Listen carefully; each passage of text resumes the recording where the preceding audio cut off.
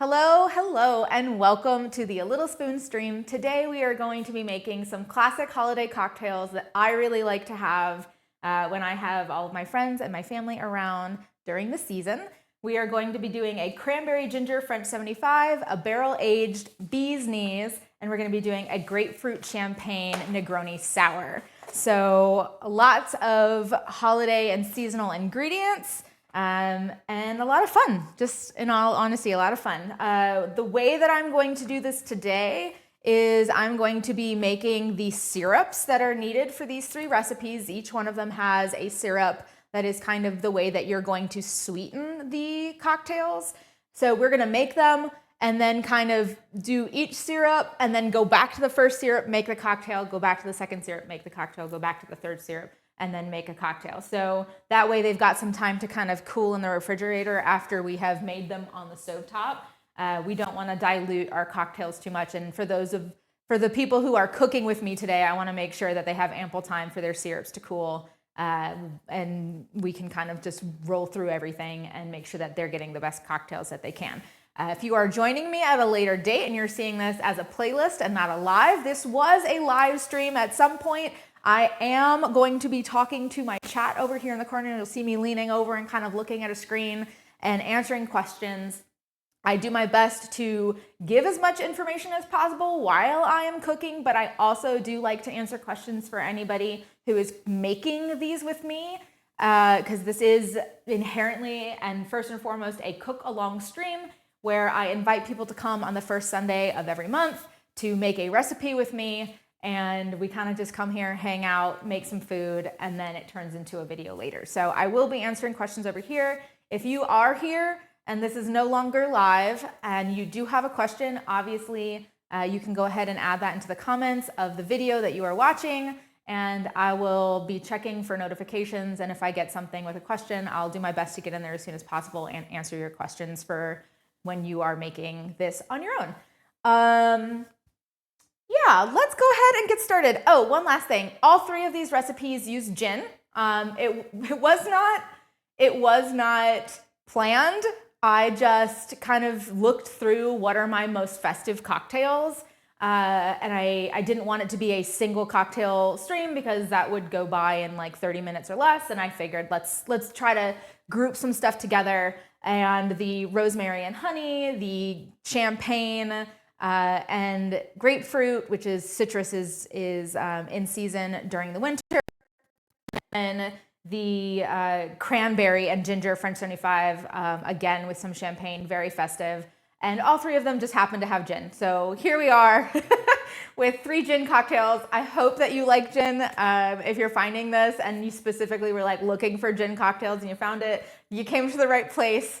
And I hope that this is helpful for you for your holiday season. So let's go ahead and we're gonna do our cranberry ginger French 75 syrup first. If you do not want, this makes quite a bit of syrup. I'm not gonna lie, I will make this as a syrup and then sometimes just put it on my table as cranberry sauce. I'll pour it over ice cream. Use it with like scones. If you do like scones with like clotted cream, this is a really good kind of jam. If you cook it a little bit longer and get it not loose as a syrup, if you get it down into kind of a jam, it makes a really beautiful jam. So it does make quite a bit. So if you're only planning to have like a handful of cocktails at home with just like you and your significant other or like a friend or by yourself, then it may be quite a bit of syrup. So you can half the recipe, or you can use it for other things. It's really, really versatile. So that's a great thing to have, right? We're going to need a bunch of orange juice because that is going to take the place of water. If you do not have oranges, you can use water and just make a basic simple syrup with sugar and water. I like to use the fresh squeezed orange juice as my liquid. So it's the 1-to-1 sugar to liquid. I like to use fresh squeezed orange juice. I wouldn't recommend using bottled OJ. I almost would recommend using like an apple juice or an apple cider or just water over using a bottled orange juice because bottled orange juice is really acidic. and the fresh squeezed orange juice is much sweeter. So it kind of throws off the balance of the cocktail, and I feel like an apple juice or a water would be a much better situation for this cocktail than going into a bottled orange juice if you don't have fresh oranges at home. So yeah, do I have any questions? I know I've got at least 3 or 4 people in here cooking with me today, so I'm just trying to make sure that we stay on top. I know you guys get a ton of time to like go forward with the recipe because I just sit and like chat for most of this, but we'll be good. I'll try to not be so long with doing this. We are going to need a cup of fresh squeezed orange juice, which is about 250 milliliters. It's going to fit in this guy. And then we also need a cup, which is about 200 grams of granulated sugar. And what I'm going to actually do is I'm going to do the sugar first because I want to make sure that if I put liquid in this, then the sugar is going to stick to it. So we're going to just move over here. We're going to do this. I'll move this here and we'll just pour our sugar in.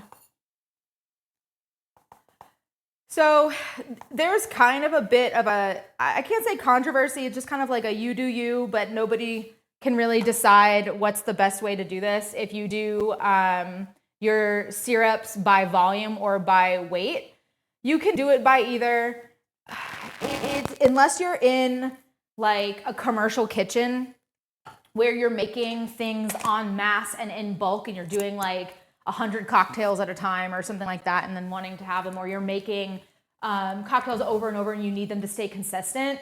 Going by volume is fine. I do recommend going by weight if you care to, or you want to have like consistency. Like that's honestly the best way to stick with that, but I'm kind of in a place where I'm like, whatever, it's fine.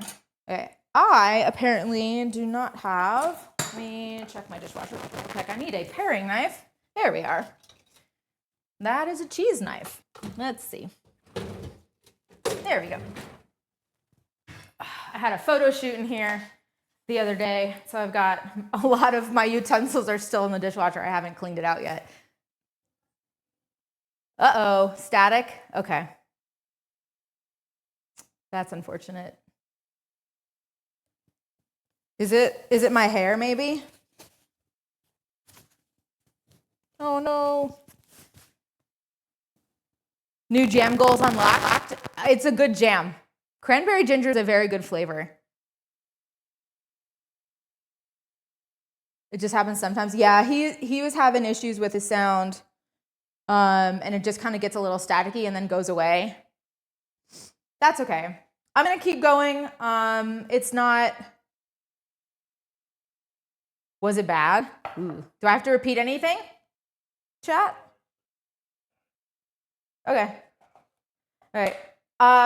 Honestly, I would prefer to use big oranges, but these were the oranges I had on hand because we eat like the cuties and things like that when they're in season because they're much easier to peel when they're ripe. So I have a bunch of these in the house and I was like, we're just going to use these.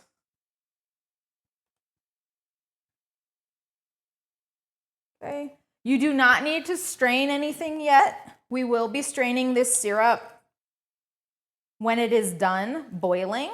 So there's no point to straining pulp out now if we're going to go ahead and do it later.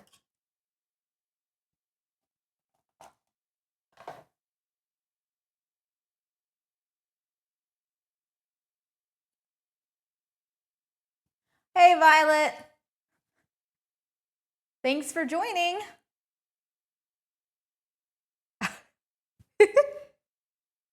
Is this going to be a common thing? I think you rated the stream last time. Thanks very much and welcome, Raiders. Today, thank you. Today is my birthday. I thought I should do a kind of celebratory stream and I figured the holidays are coming. Why not do some holiday cocktails, some seasonal cocktails that we can all have some fun with? So that is what I'm up to today.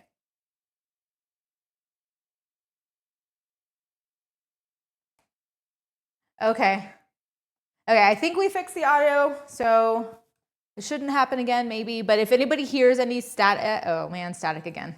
Dang it. Yep, cocktails. So, okay, so cocktails the syrups need to sit for a bit. Can they sit overnight, or is there a shelf life? These syrups have so much sugar in them. Sugar it inhibits bacterial growth. So these can actually sit in the refrigerator for up to like 3 weeks. I say up to 3 weeks. I am notorious for just like leaving things in the refrigerator and still like eating them and drinking them and whatever. Far past when they're supposed to be technically in the refrigerator. For liability purposes, 3 weeks. But if you're not seeing anything funky, if the flavor hasn't gone off, if you're like sometimes it'll like if it doesn't have vinegar in it or anything like that, it'll like get like little wispies in there. It's not good if you see that. But like if it looks the same, it smells the same, it tastes the same, chances are it's fine. But that is not take that with a grain of salt. Yeah. I'm terrible about I just don't like to waste anything. So I'm like, it's fine. Unless I'm like actually seeing bad stuff or smelling bad stuff or whatever, I'm like, we can still eat this. What cocktails are we cooking? We are doing a cranberry-ginger French 75. We are doing a bourbon barrel-aged bee's knees. And we are doing a champagne, I'm calling it a Negroni. It's, champagne, or grapefruit champagne Negroni sour. We got it. I'm saying Negroni because we have Campari in it. So it's gin Campari, and then champagne. It's got a little bit of vermouth, but it's not like, it's not UK vermouth, it's American vermouth. It's not American vermouth, but it's considered American vermouth. I'll talk a little bit more about it when we get to it. But you're basically making a Negroni, adding some grapefruit juice and then you're adding a champagne syrup, and it's delicious. It does have an egg white in it. You don't need to do that if you don't want to, but I like to get a nice little foam on top. Okay, I think we're about a little more than halfway. Let me fill this up.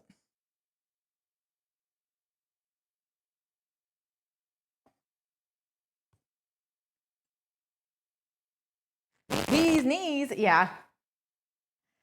Actually, you had something very similar to what I'm making, Violet.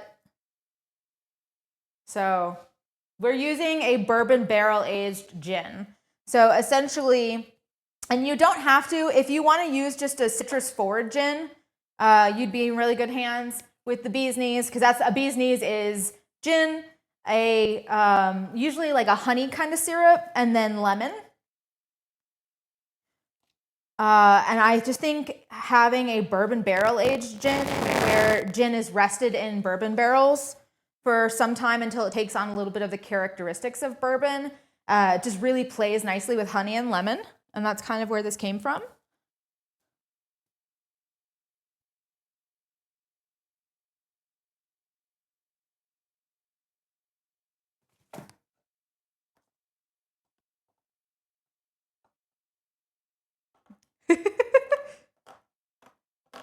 You want to just make yourself a screwdriver with this? Hey, we've got champagne. We could do mimosas too.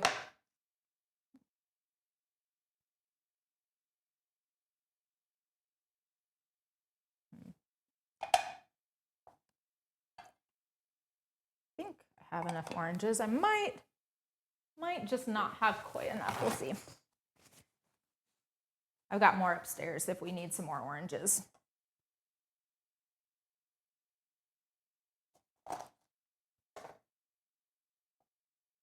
Lindsay, you said you guys were making this one, right? The cranberry ginger?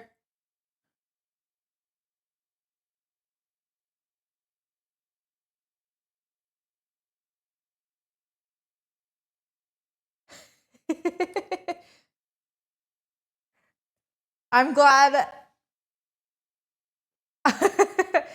I'm glad my YouTube friend over here is doing the same thing as me with syrups. Does it smell okay? Yes, my husband will be an official taste tester for this. I say taste tester, really it's just gonna be drink enjoyer, because these are already tested and on my website.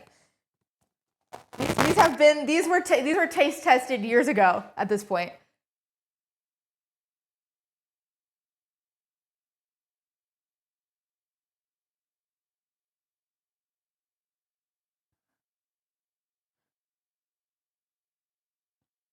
Oh no. Static again? Okay.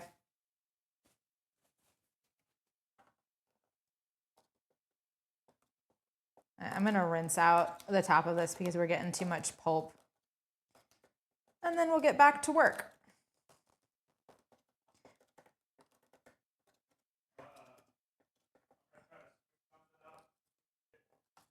Okay, I'm gonna mute for just a second. We're trying to figure out this audio static thing, so bear with me, friends, okay?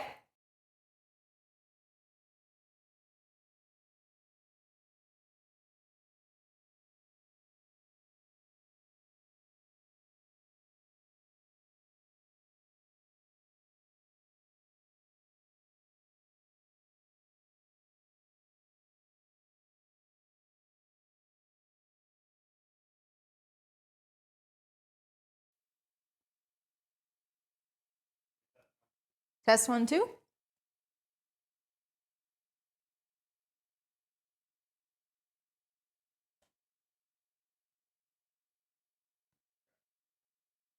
Am I good? For now, maybe? Zach, is it your birthday too? Happy birthday.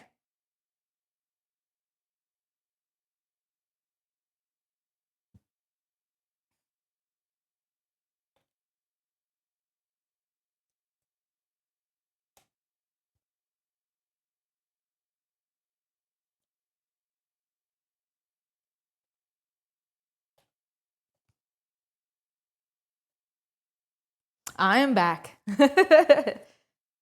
I'm back. We're hoping we fixed it. We'll see. Fingers crossed.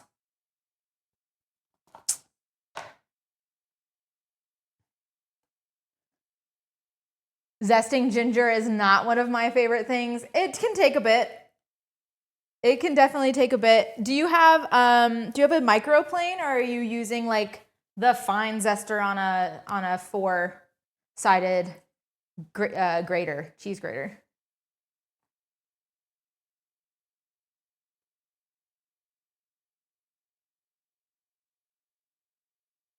Okay.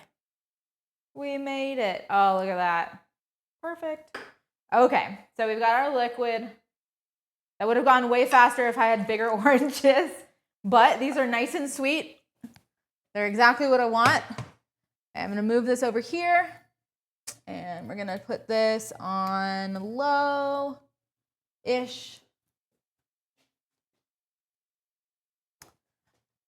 Oop, did I just do the wrong one? I did. Whoops, there we go.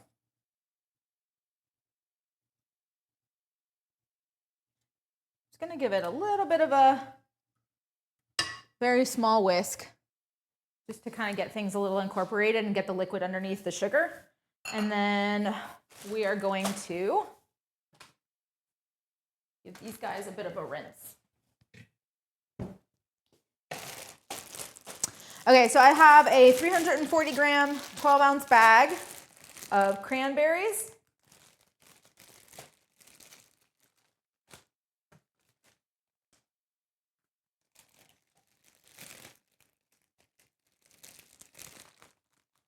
Oh.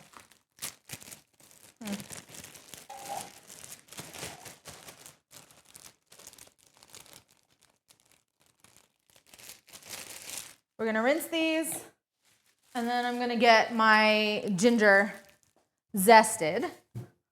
You don't need a ton, and I do want to talk a little bit about ginger and buying ginger. And I know we did have this discussion when we were making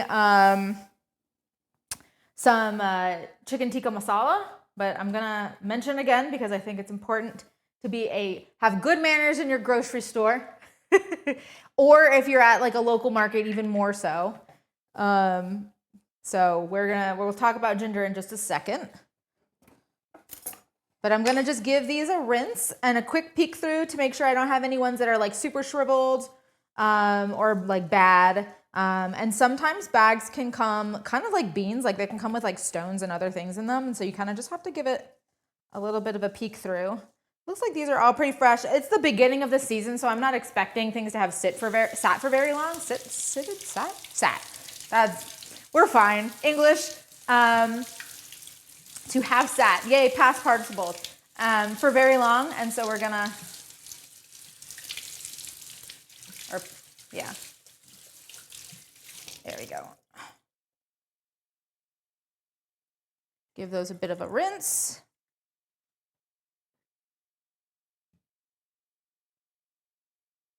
Whatever the green one is on the OXO. Okay, so you're using the fine graters. I highly recommend,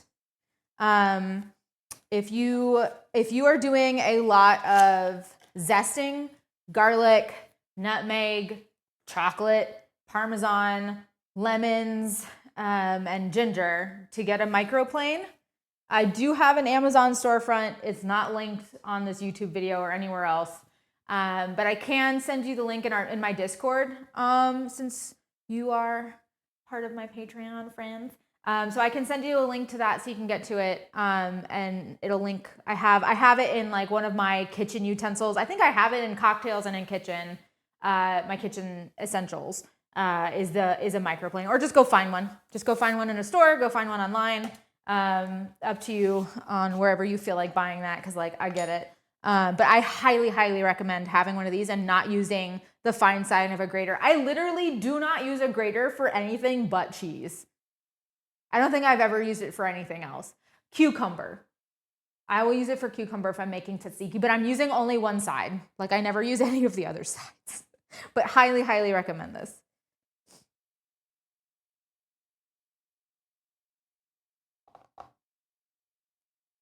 Okay. So let's zest some ginger here. We're gonna need about a tablespoon or 15 grams. I'm going to zest this whole thing. I really like to have a like zesty jam, but if you're like, look, ginger's kind of spicy to me, it's not my thing. You can go without if you want it to just be a cranberry syrup, that's cool. If you want it to be less spiced, then just slice it into thin slices until you hit your proper weight. It's kind of hard to measure volume when you've got like slices over the zest. So I do highly recommend, if you are slicing, to do this kind of by weight and not by volume. Just doesn't quite fit into like a tablespoon, right? If it's not if it's not very small pieces, the way that zest is. So please do weigh it, or just throw in some random slices and hope you get it right. That's also fine. If you don't care, you can just do that. I set my cloth down over here the other day when I was doing dishes. There we go. Get a fresh guy. Okay, so if you got your ginger here. I'm using a spoon. I'm using the side of a spoon to just pull the skin off. You can try doing this with a knife, but I find that you end up pulling a lot more flesh off and then you lose product. So I just use a spoon. You just kind of drag it along. I know people do not like the knotted, like the little knotted kind of spaces here, the knots in ginger. And so when you go to the store, you're looking for like just one big center piece that looks kind of like just like this, right? Where it's just like one good chunk to use, because then it takes less time. You're not having those pieces maybe dry out too soon, or they're kind of there in the store and the middle parts are fresher. Like I fully understand what the thought process is on when you're choosing ginger from the store. But I will also say, like, if you choose a piece, just choose it and take it home. Don't break down the ginger in the store. Don't pull like knobs and pieces off of something. You either take as big of a piece as you picked up, or you look for a smaller piece that is already in there. Every time you break ginger, it starts to dry out there. And it dries out faster than if you had a whole piece of ginger. And so the poor people who are running said store especially if it's run by like a local family or something like that. Their ginger, and this happens with like turmeric and other things too, it dries out faster, and then you have less to sell and it becomes a waste. And that's not good manners in the store. So like, buy yourself your ginger at the exact size that you need, the amount that you need. If you don't like to have knobs on it and all of the pieces have knobs on it, oh well, you're gonna buy some ginger with some knobs on it, and that's okay. You can root around in the bucket or basket or whatever it is until you find a piece that is to your liking. But don't break pieces of ginger off in the store. It's not good for the people who are trying to sell it. Okay, that's probably more than enough. So let's get going. I said I wanted, 15 grams of this? So I'm gonna go to town over here. And actually we're gonna do, this is probably gonna take longer, so I'm gonna have to keep moving it back and forth. Okay, we've zeroed out my scale. I have a kitchen scale over here by me.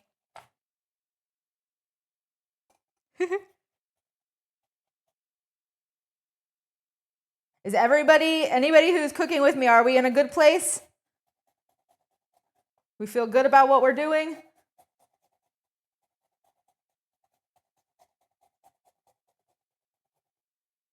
I can hear that starting to get hot. I've got that on low back there behind me, so I'm not super worried about it. I might check it in just a second. You're doing great? Good. Good, good, good.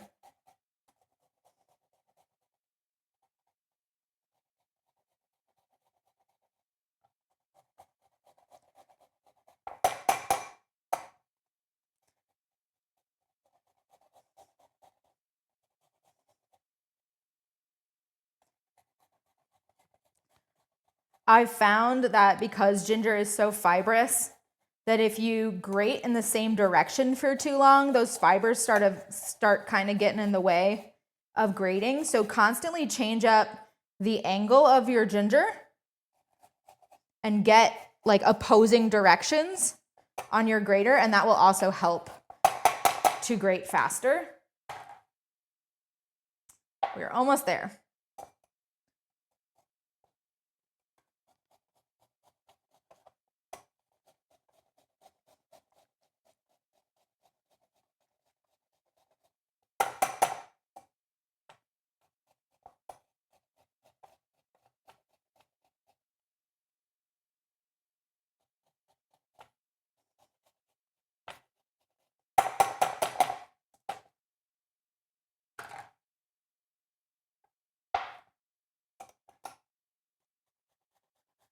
Okay, got like 10 more seconds of ginger. We should be, we went from not enough to too much. A little bit of that out. And this is why we weigh things. Okay, cool. So I've got almost all of my sugar dissolved. I'm thinking about bringing my induction cooktop over here so that we can just keep the camera in one place and I can just move stuff around. Would that be easier for you, honey? We've got the overhead cam. He has to keep moving it back and forth. What? Doesn't matter? Okay. Over the orange juice. I'm gonna make it warmer. It's just weird because it's like my back's to camera too. Hello, everybody. I'm probably a little blurry back here, but that's okay. I swear I'll move up closer in a second. So essentially what we're gonna do is we're gonna bring the heat up. We're gonna get this going. And once all the sugar's dissolved, you're gonna pop in your ginger slices or zest, however you did it. Even if you wanna do half and half, that's fine. And we're gonna pop our cranberries in. We're gonna let them get boiling. Okay, and we're gonna let that boil for a little bit.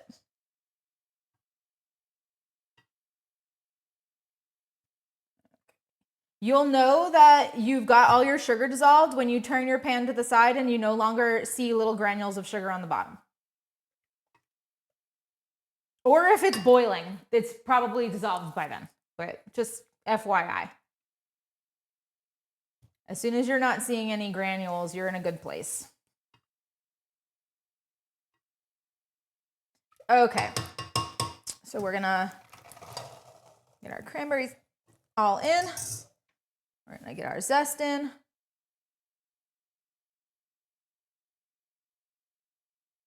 Okay. And I'm feeling a little extra today, so I'm gonna be putting a little bit of salt in all the syrups, just for some fun. Just a little flavor boost. No actual weight, just a pinch of salt. Okay. We're gonna start hearing, at least I'm gonna start hearing, you probably won't hear it because it's not gonna be on the mic, or that's too far away from the mic, but I'm gonna start hearing popping. When these cranberries heat up, they expand and then they kind of pop outward as their skin breaks. So you're gonna be hearing some popping. Don't worry, they're not gonna like pop out of the pan or anything like that. They're just gonna kind of pop and then dissolve and kind of melt into the syrup and the juice and stuff that's in here. That smells really good already because ginger smells delicious. So next, moving kind of on. So I've got this guy going. The only thing left for that is the zest of a lemon. So I'm gonna go ahead and I'm going to actually zest that lemon now and then just set it aside. That lemon goes in after you're done with the boiling of the cranberry. Because you lose the flavor of the lemon. Let me do this. This is actually a really large lemon. I'm probably only gonna do maybe a half or 3/4 of this because this is like a Ponderosa lemon. This is huge. But the flavor will disappear. Those essential oils that you're getting off the skin of the lemon, they'll bleed into the flavor of the cranberry syrup too much if you don't add it at the end. So if you want to get some of those little like bursts of like, oh, I think there's like, other than orange, like there's something kind of citrusy in this, and you want to taste that, you're going to want to add the zest after you've done all your boiling so that it doesn't disappear. And that's why we're adding it then. But you still have to strain it, otherwise you're going to have pieces of lemon zest in your syrup, and we also don't want that. So it does go in, it does get to kind of steep, right, in that syrup for just a little bit, just enough to give it some interest and some extra nuance. And then that's about it. Okay. How do I feel about that? I feel like that's a good amount of zest. That's plenty. Okay, so I'm gonna set that off to the side.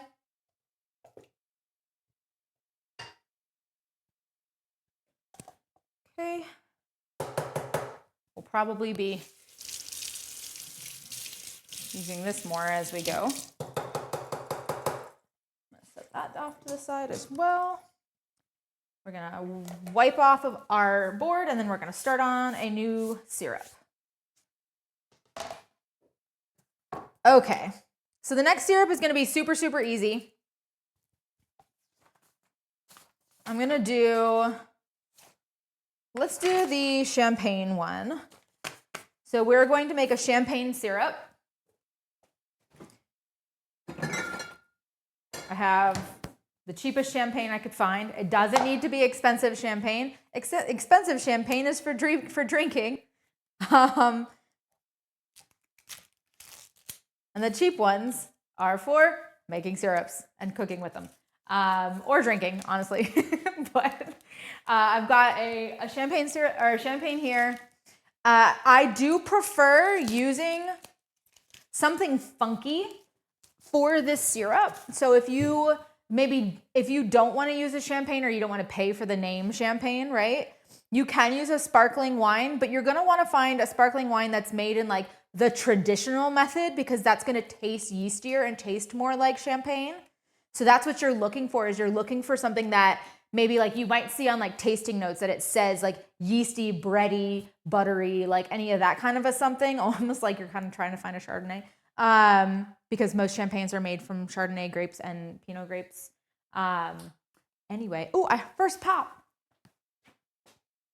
Let's see if we can, you'll hear more of them. I'm gonna try to get it on the mic for you guys. If you're making this at home right now, I'm sure you're hearing this. There's one. Can you hear that, guys? I'll get another one. It'll be popping a lot more in a second. Like, this is the worst time for me to have done this. Nah, we'll come back to it.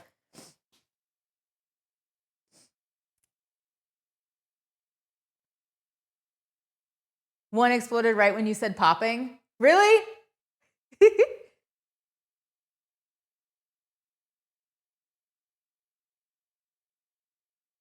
I do not have any recipes for a spiked warm cider. No, like a mulled cider, I don't. Ooh, there we go. They're starting to really go now. Let me do this. I'm sure we're still over this. I don't know where the camera is unless oh, he put it over there. It is over here. Unless I look up at it. I'm not sure how much you guys can see, but you can see maybe. Let's pull some of these out. Maybe I need a spoon. Yeah, we're gonna get a spoon. Let's do this. I want you guys to be able to see what I've got going on here. So you can see it split in half. They kind of pop in half. And then what happens is once they pop like that, then all of the heat and the sugar starts to break them down and they start to get really like mushy. So like this one's been sitting on the top. He's not close yet. But let's see if we can find, you see we've got some that have split. The skin kind of rips apart and pops open. And then like everything on the inside just starts to kind of break down. And that's what we're going for. Yeah, something like that. I'm gonna lower the heat just a touch because I want this to boil, but I really don't, it's not necessary for it to be like a rolling boil, right? So the more moisture and steam that comes off of this as it's boiling, the more like thick that the syrup is going to be. And so I'm looking for a boiling that is like not necessarily a rolling boil. It can be, it'll cook faster, but then you also lose more liquid. So we're kind of just like walking a little tightrope here. It's not anything that really matters. It's just my preferred way to do it, is to make sure that I'm seeing bubbles, but I'm not necessarily like boiling this syrup.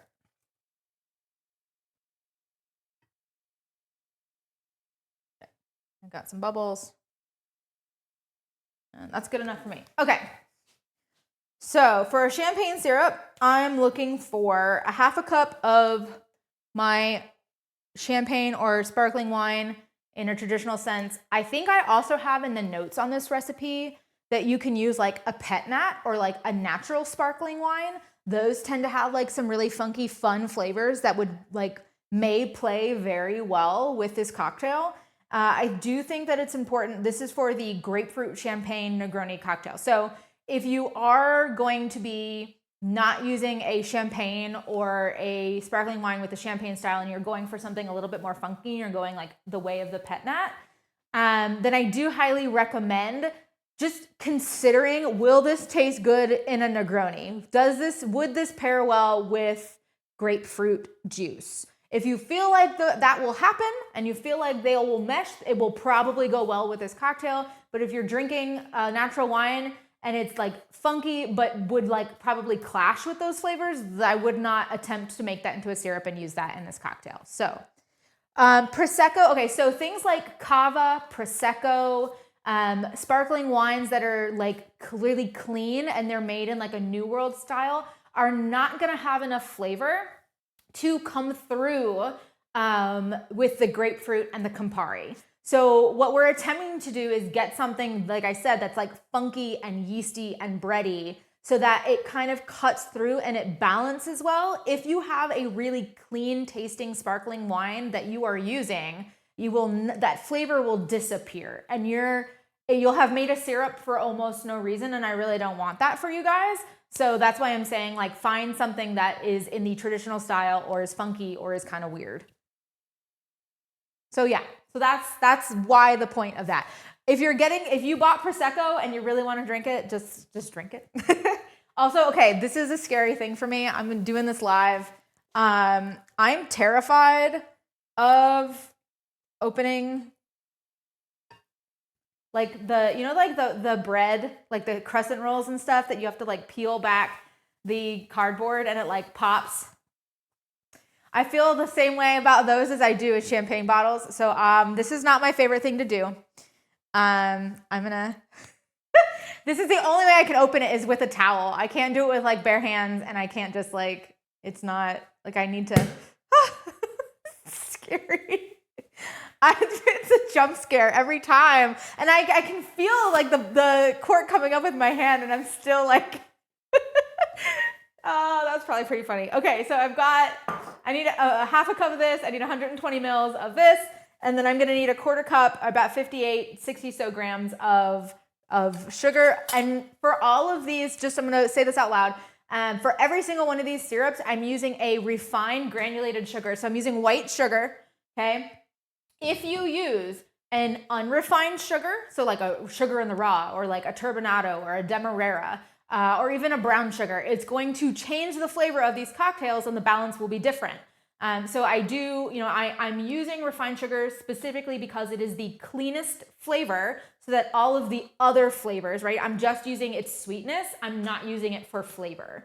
I want to have clean bases in my simple syrup so that all of the other flavors I'm adding to it really shine. If I use something that has molasses in it, or has not been fully refined and still has some of those like other sugars, then it is going to be a warmer, deeper flavor that now you're trying to contend with some of your other crisp, lemony, like that kind of stuff. Like you're kind of pulling that brightness down a little bit.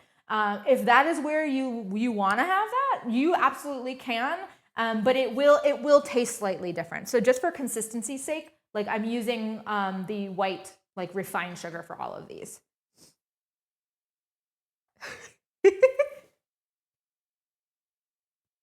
You open the bottles outside? I kid you not. So this is almost done. We do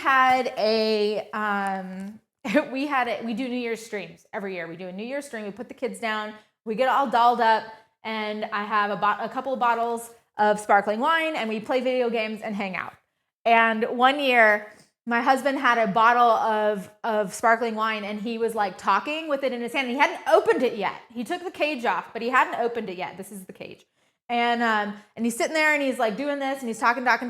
And a split second after he moved the bottle from here to like here, the cork popped out of the bottle, just completely unprovoked, popped out of the bottle, hit the roof, and like came back down. And we were like, what the heck just happened? But when we went to playback, because it like happened so quickly, like he almost shot himself in the face with that cork. Like it was like mere like millimeters off from his face.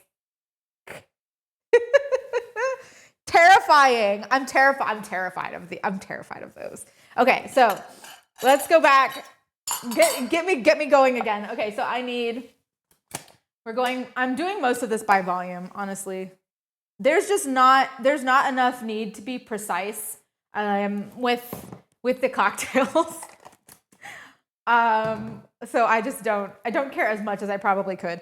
So I've got some more these little guys back here. Let's do this one for my champagne syrup. Okay. I think this makes like 8 cocktails, enough for 8 cocktails, this one. And then I think the cranberry makes enough for like 14 plus cocktails. It makes quite a bit. Okay, so I'm going to try pouring this a little bit at an angle until I get to the edge. And then I'm going to kind of straighten up the same way you would pour like a beer or a soda, so that we don't have too much. I want to make sure. There we go.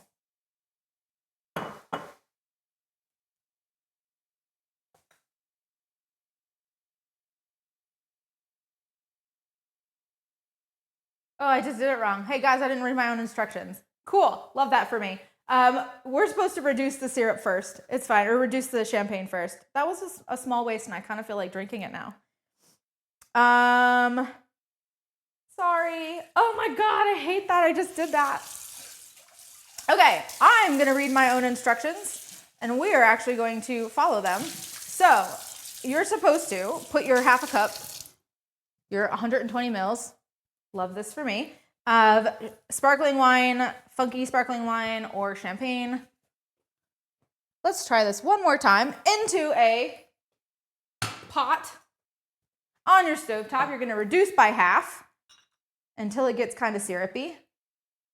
And then you're gonna add your sugar. I was wondering why the ratios were a 2-to-1, because usually a simple syrup is a 1-to-1. And I was like, why do I have a half cup and a quarter cup? I haven't made this in a long time, friends. Okay, but I'm gonna enjoy it. So I guess there's that.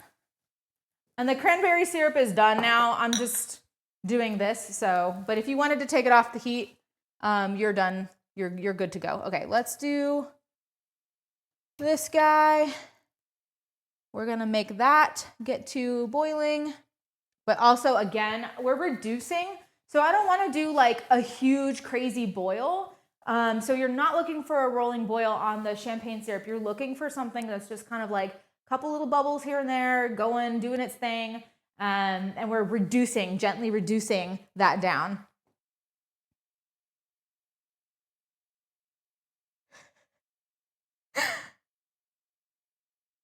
I'm a good storyteller. Oh, that was nice. Thanks.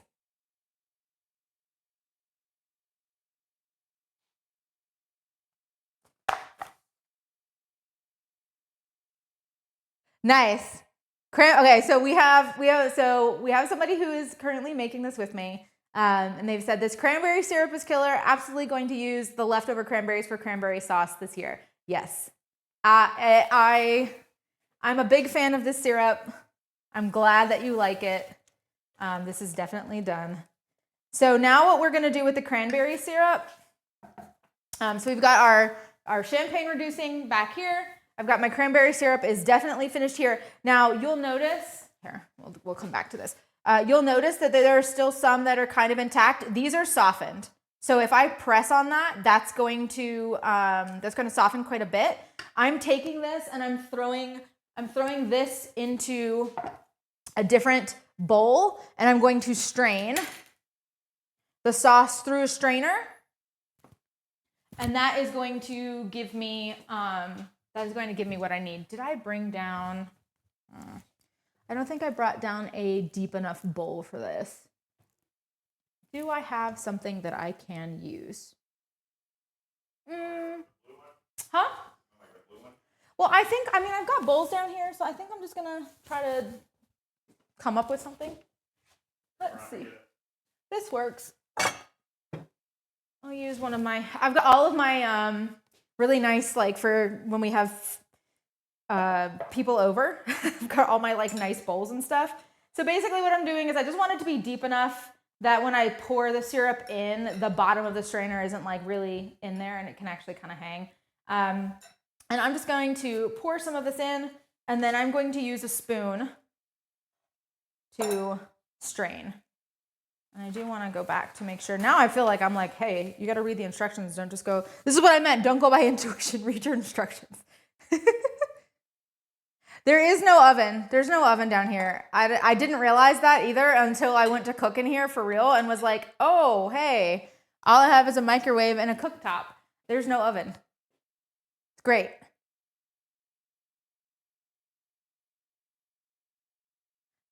The garbage can is here. There's no garbage can like built in down here. Okay, so what I'm gonna do is I'm going to now just kind of plop all this in. Okay.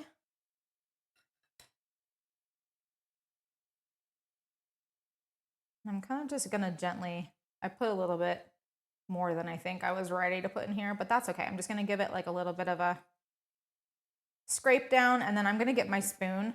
I prefer to use a spoon than a spatula. I think spoons, just because they're already kind of shaped and they're rounded in the same way, and then the metal I just think it does a better job of pushing liquid through than a spatula does. So I always use a spoon when I'm straining.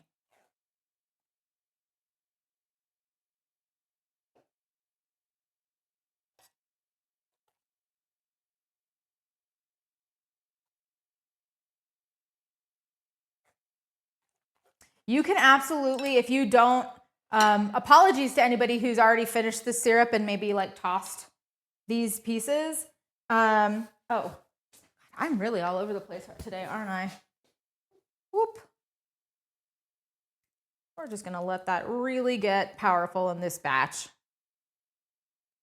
Okay. That's the lemon zest that I was supposed to toss in and let sit for a little bit. So essentially,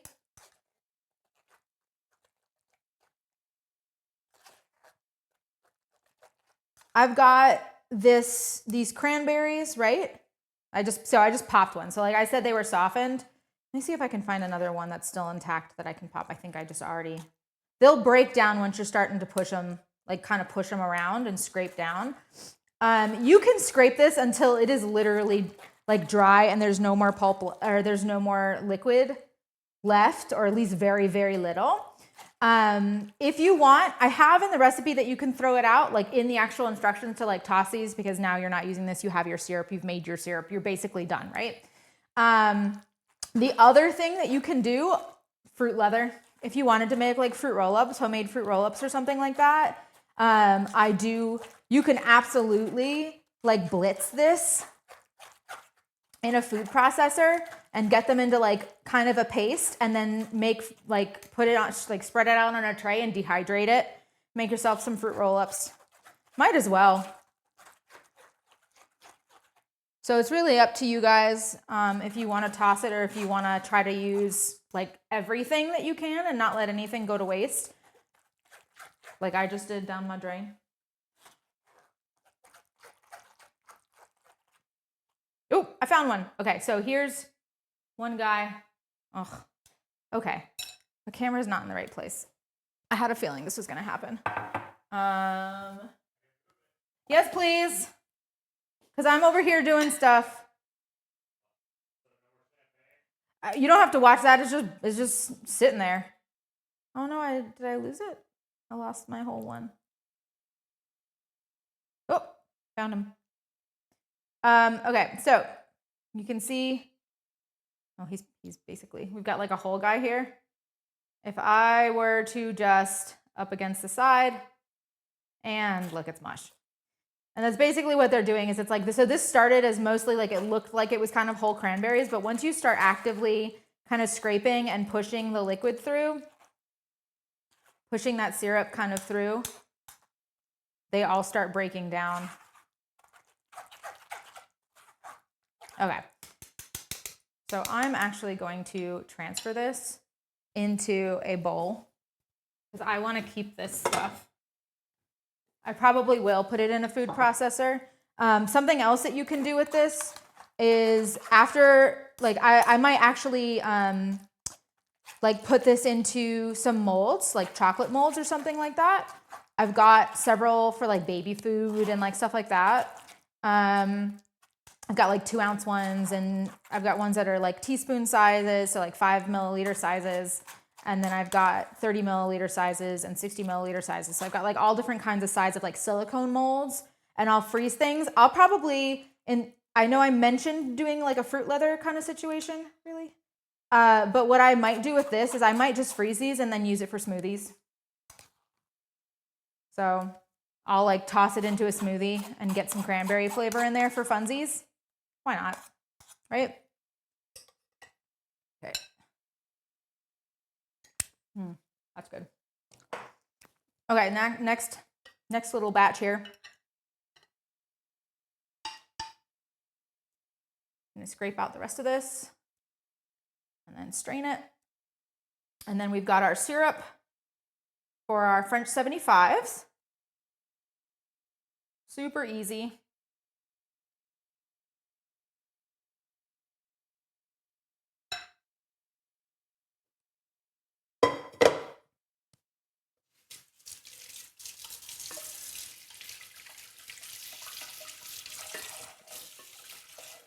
gonna let that fill with some water and soak a little bit.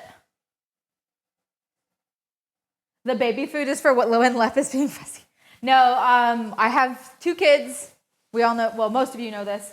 I have 2 kids, and I made them baby food when they were babies. And now I still use those containers, the silicone molds, because it's really nice to just have like a chunk of chicken stock. Like if I need to make a sauce or something like that, or I need to deglaze a pan, and I don't want to deglaze with water, I want to deglaze with flavor, I'll like take a 2 ounce or 60 mil like puck of chicken stock and just toss it in. Okay, so you can see this looks different. So this is what just came out of the pot there. This looks different than what I was scraping. So you can see like as you scrape, those cranberries that still look intact actually aren't intact. They're like really, really soft. So like if you press it, it'll kind of turn into mush. So that's what we're doing, is we're just kind of taking the side of our spoon and we're kind of running it. You can hear me scraping and kind of pushing. Every time you scrape and push, you're pushing the syrup through into the bowl below.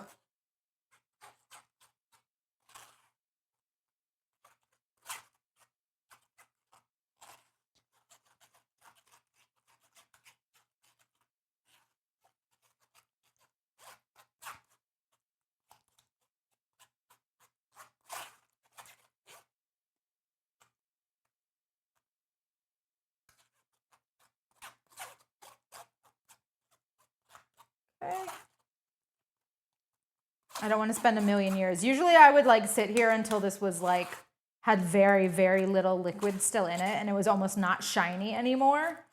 But since we're streaming, I'll go a little sooner than I normally would.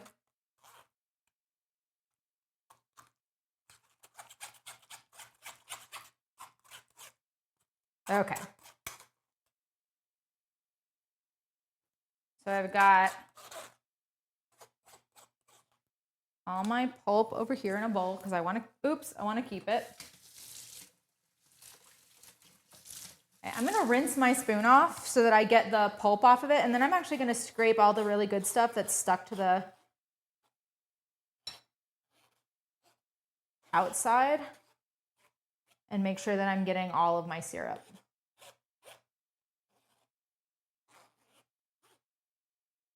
Okay. And then I'm going to go in my pot to also soak. And that is very nice. Okay, so I mentioned this. This is obviously a lot of syrup, as you can see. So what I'm actually going to do is I'm going to put a little bit of this in a small container, just enough for a cocktail. So I'm actually going to measure out what I need for a single cocktail. That way it'll chill faster.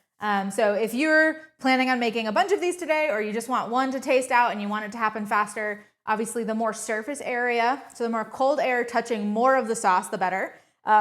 If you have a shallow like bowl, that will spread out the syrup and it will cool faster than kind of a deep seated bowl like this one. I need, let's find out. We need 30 mils, 1 ounce of our cranberry syrup. So I'm actually going to use this guy. I've got these, they're Anchor Hawking, but I'm sure there are other brands out there that have tablespoons, ounces, cups, milliliters, the whole shebang. So I'm actually going to do this. And I'm going to get 1 ounce of this in here, and I'm going to put both of these in the fridge, but this will be ready by the time we go to make our cocktail. Yeah. Okay.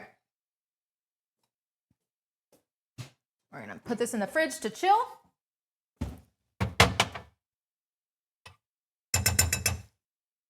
I'm actually going to, yum. It now smells like champagne in here because of the champagne on the stove top, so that's nice. Let's see where we're at. Not quite. Okay. Something I always forget about this guy is that he does not turn off like my induction cooktop does. Okay. We're maybe halfway on the champagne syrup, so I'm gonna let that keep going, and I'm gonna start working on the rosemary triple simple syrup. So let's have a quick just context conversation about bee's knees. So the bee's knees cocktail is a classic cocktail that has a honey syrup, gin, and lemon juice, right? Well, there was a bartender, I think in like the early 90s, that was kind of making batch cocktails. Bee's knees wanted something really consistent that they could make like a syrup, kind of make their thing, go about their day, and have a quality cocktail. And he found that honey can just be really overpowering, especially if you're not using something like I am, the bourbon barrel-aged gin, right? Like if you're using a really clean citrus forward gin, then honey can like really overpower that. And so he was trying to figure out what he could do to make it a more balanced syrup. And so what he ended up doing is he actually went he was like, okay, well, here's my simple syrup, my 1-to-1 water to sugar, right? Then we've got our rich simple syrup, which is 2-to-1 sugar to water 1. And so it's like a thicker, richer, right? Go with me, richer syrup. And he ended up creating something he calls a triple simple syrup. I feel like I have the name somewhere. I'm gonna find it for you guys because I totally have it on my, I have it in my notes somewhere. So I want to find that for you today. Let's do that real quick. And so I know I just wrote about it. I want to make sure I give you names because I think that's really important. Late 1990s by bartender Dale DeGroff. And so he was like, look, this is a really good cocktail, but like it's too much honey. And so he came up with the idea for a triple simple syrup. And what that is it's 4 parts simple syrup, 2 parts agave, and 1 part honey. I believe that is the ratio. And so what he was trying to do is he was trying to say, I still want to have that kind of warm honeyed flavor, but I don't want it to be overpowering. And you will find I make triple simple syrups for almost all of my cocktails at this point. It's either a basic simple syrup for sweetening or it's a triple simple syrup for like everything else. It works in coffee. It's just all around a fantastic syrup to have if you don't want something to be just a clean, like sweet, right? Clean sugar water flavor. And it gives you just a hint of honey, but it's still kind of warm, very flavorful. It's a rich syrup, which is really important when it comes to sweetening cocktails and having like a good mouthfeel in your cocktails. And I'm a huge fan. I'm a huge fan of this. I make it all the time. And I now no longer make bee's knees with honey syrup. You can do that. You can do a honey syrup. It's 3 parts. I think you just basically add water to honey until it's like the consistency that you want it to be. I want to say that it's 3 parts honey to 1 part water if you're going to just like make a quick honey syrup.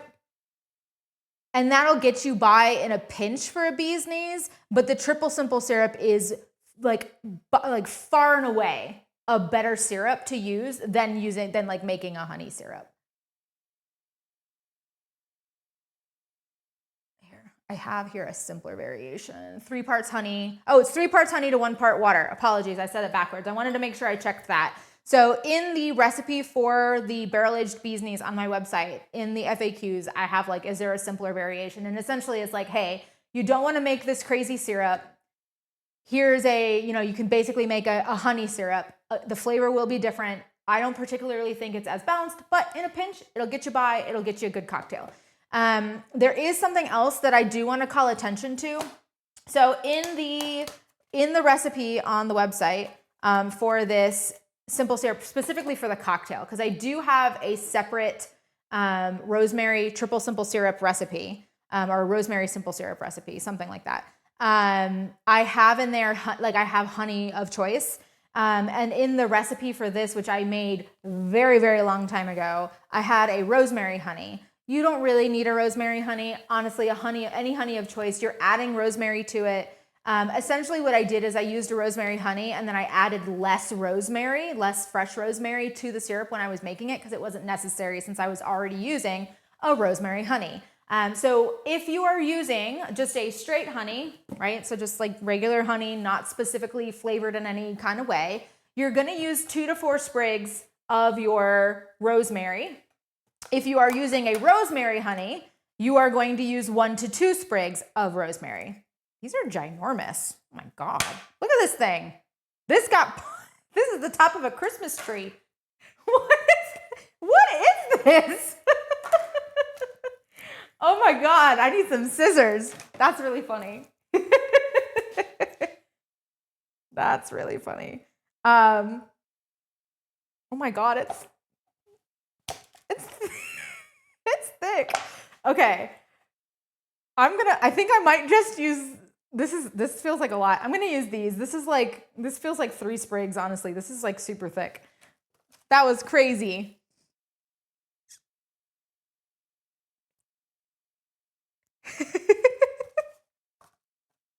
It's just the top of a Christmas tree. That's what they gave to me. It smells a little like, rosemary smells a little like Christmas tree to me. Now I don't really plan, you could strain this. I don't plan to strain this. I think rosemary holds up, like when it's fresh, it holds up pretty well. They don't really, all the pieces kind of don't come off of them off of the stems very much. But if you did put say I just cut it and I've got all these little extra pieces, if this went to the syrup, obviously you're going to want to strain the syrup, your simple syrup when you make it. The rosemary simple syrup that you make, you're going to want to strain because you'll have pieces, and we don't want pieces of herbs and stuff in our syrup. We want to have no pulp when we are drinking cocktails. So I'm going to check on this one more time because I think we're about there. That is very, very close. I'm going to bring the temperature up on this just a touch. Literally just a touch. Okay. Okay, so now we're going to make a simple syrup. We're going to do the rosemary triple simple syrup. We're going to start with the base rosemary simple syrup. Okay, and I've got to have a 1/4 cup of my sugar, a 1/4 cup of water, and then we are going to heat up that until they dissolve, and we're going to toss the rosemary in to sit and steep for a little bit. Okay, so got our sugar. I'm going to just do some tap water because that's how we roll here. These, there we go. Okay, I'm going to get this kind of just mixed around a little bit. Like I said, I want to have water kind of touching all of the pieces of sugar, all the granules of sugar. And then I'm going to turn this guy on. There we go. And then once the sugar has dissolved on that, I'm not looking for that to boil. I'm just looking for the sugar to dissolve. I guess one more piece of information about simple syrups. You do not need heat to make a simple syrup. Sugar will dissolve in water over time. It just takes longer. Heat makes it happen faster. So if you are looking to have super, super precise measurements, and you want to have a really clean flavor, nothing tastes cooked, nothing tastes anything, just set them together and give them a mix every now and then, and that sugar will eventually dissolve in the water and you made yourself a simple syrup and you don't even need heat. So just keep that also in mind. It's I'm basically doing this just to make the process faster, but it is absolutely not necessary.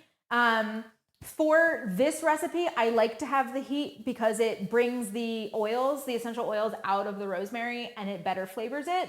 But if you were going for I just need a basic sugar water simple syrup and I don't have a stovetop, what do? Just put them in a bowl and mix them until the sugar dissolves. It'll dissolve. And then you won't have it'll be good. You won't have any problems with that.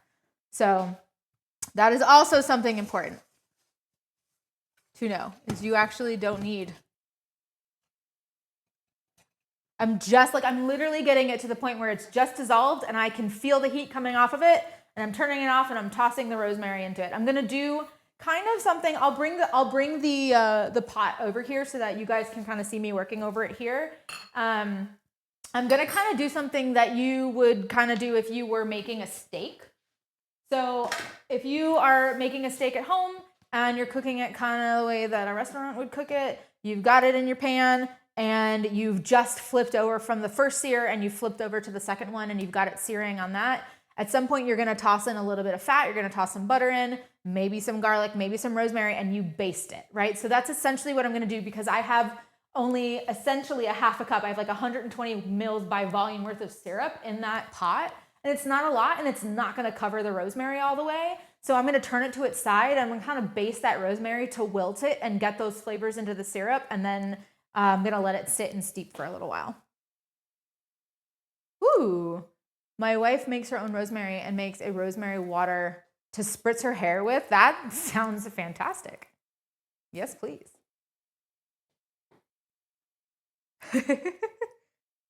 That sounds great.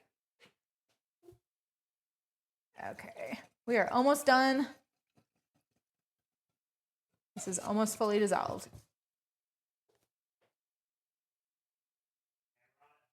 No. No, I don't need the camera on it.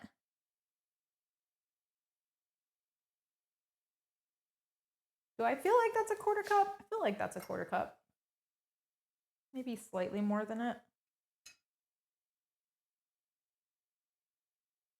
Yay. Okay, so this is done. Okay, our champagne is done. I'm gonna add sugar to this now. Now that I'm following my own instructions. Okay, so we need more sugar. And now that I used my quarter cup there for the champagne, I can't use it anymore, but I can do these guys. So it's gonna be 4 tablespoons is the equivalent of a quarter cup. So 15 mils by volume, 4 times is 60. And that's essentially what we're just gonna do some quick maths. Okay, so now let me double check. We've got a quarter cup of our refined granulated sugar. So we've got our champagne in a small saucepan. We've reduced it by half. We're pouring the sugar in. We're stirring until it's dissolved. And then we are good and we're ready to let that cool. And that is our champagne syrup. So essentially what we're doing is we're reducing it to concentrate the flavor of the champagne. And then we're making a syrup from it. Because if you did the like just a quarter cup of champagne and added sugar and like made a quick syrup, the flavor wouldn't be strong enough.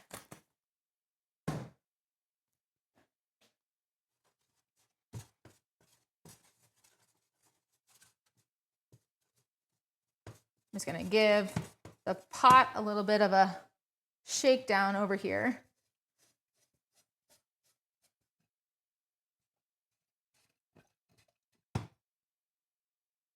Okay. I am gonna also add a touch of salt to this guy as well. A couple granules.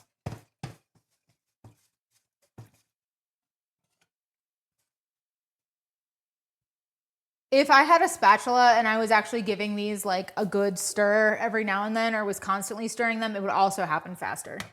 Okay, we're gonna turn this back burner off. Here we've got our syrup, tossing those guys in. And then I'm gonna get a spoon real quick. Sure, why not? We'll do a soup spoon.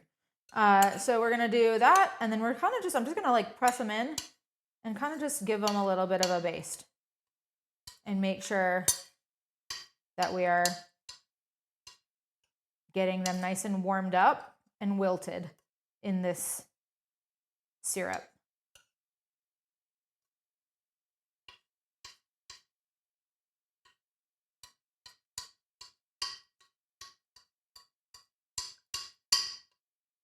Until you can smell the rosemary coming off of it. Once you can smell the rosemary, you're good to let it sit and steep for a little bit.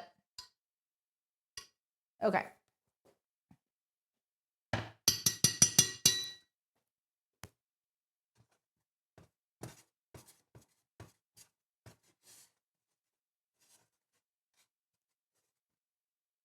My champagne syrup is almost done. It's even a pretty color. Like, how pretty is that?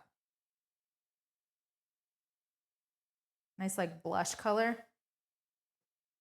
Let's see. Almost done.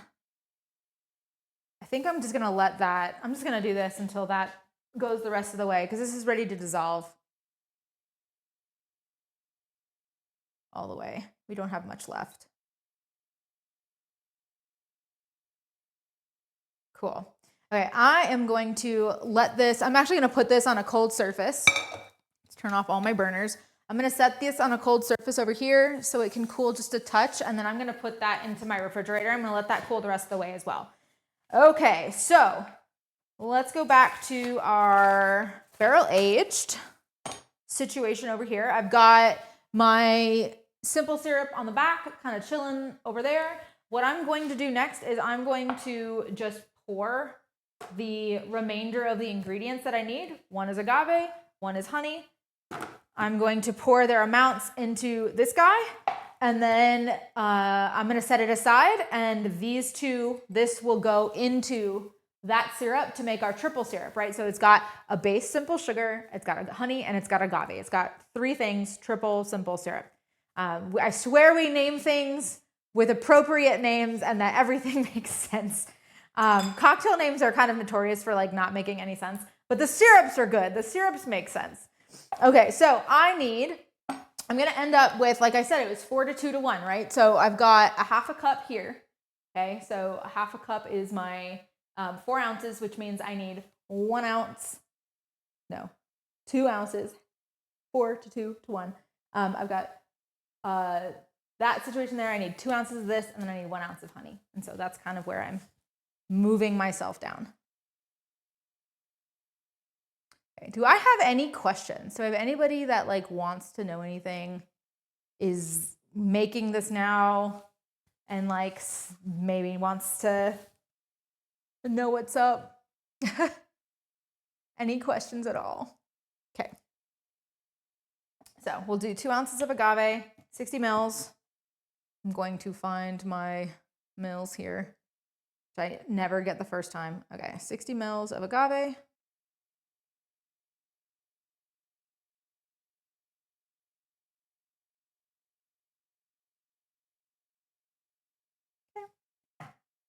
It was just enough. And then we need 1 ounce of honey. So I've got 4 ounces of simple syrup, okay? Back there, 120. I need 60, 2 ounces, okay? And then I need 30, 1 ounce of honey.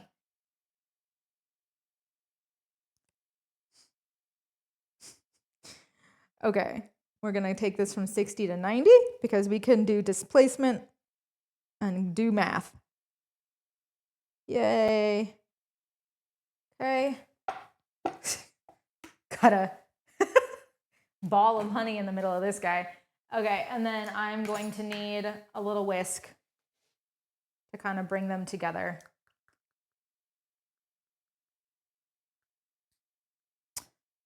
Okay, and this will end up in this syrup. Once this is done steeping, that smells really nice. I'm gonna move this into,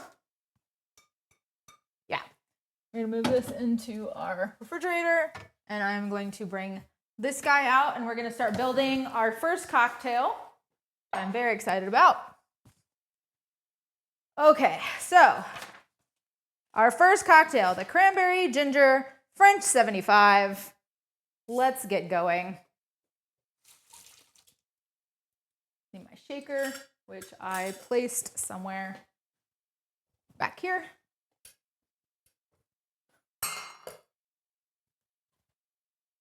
Gonna move some of this stuff out of the way. I've got some stuff here for straining and for making some garnishes. You guys tell me if you want me to make some garnishes. I don't know. I thought that maybe I could show you guys how to make some garnishes, but we're just playing around, so. Sometimes a garnish is as simple as, hey, let's put a piece of rosemary in this to let people know there's rosemary in this cocktail. But there can be some fun stuff to do with peels and things like that too sometimes, so. Okay. take out some of these ingredients. Okay, so I need my gin. I'm gonna need some lemon juice. Okay, so we've got the lemon that we zested for this earlier. I'm going to be squeezing out some lemon juice for this and also for the bee's knees when that comes, so I'll probably do more.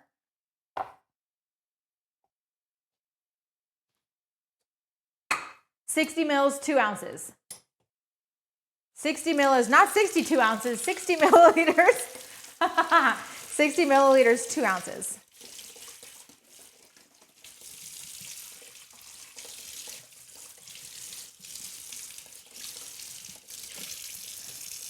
Trying to make sure that I am supporting our friends on metric. Okay, so I've rinsed my little citrus press. I don't know what I want to call this guy. It's like half reamer, half press. We'll make it work. You want some garnishes?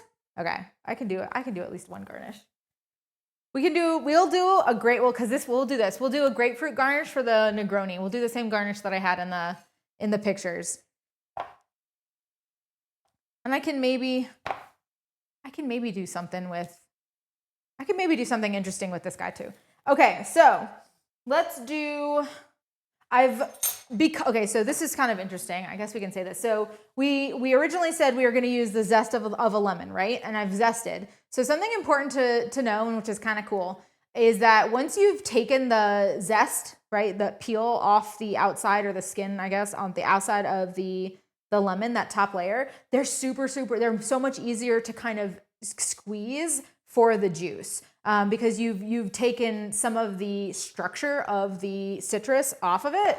And if you can get them at like room temperature before you go to use any of your citrus, you're gonna end up getting more juice out of them. If you have a piece of citrus, lemon, lime, whatever that looks like, and it's still kind of hard and underripe, obviously it probably like flavor-wise won't be as sweet as it could be because it's not fully ripe. But if you feel like it's just really still, like you're not gonna get any juice out of it, pop it in the microwave for like 10 seconds and warm it up a little bit. And that's gonna get those juices kind of flowing. And then also taking the palm of your hand and kind of just rolling into the heel of your hand from the center into the heel and kind of squeezing down is again, like, so this was like a really hard lemon. It's like a really hard lemon. And now I've got all of this kind of just hanging out ready for me to juice the lemon to my content. So we are cutting through that, and now we are going to, like, it's already kind of like ready. Now we're gonna juice it. I honestly feel like I should be using the big juicer on this. This is a ginormous lemon. Okay, I am. We're moving to the big guy. This one was meant for grapefruit, but today it's meant for lemons.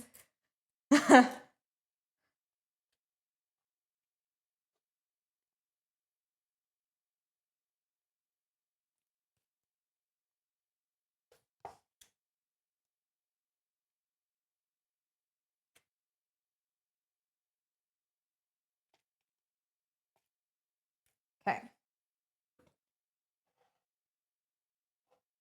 So I am going to end up straining this when I make the cocktail. So I'm not uber worried about straining my citrus juices when I'm kind of making it, because I'm going to double strain on the way out. So like double straining does two things.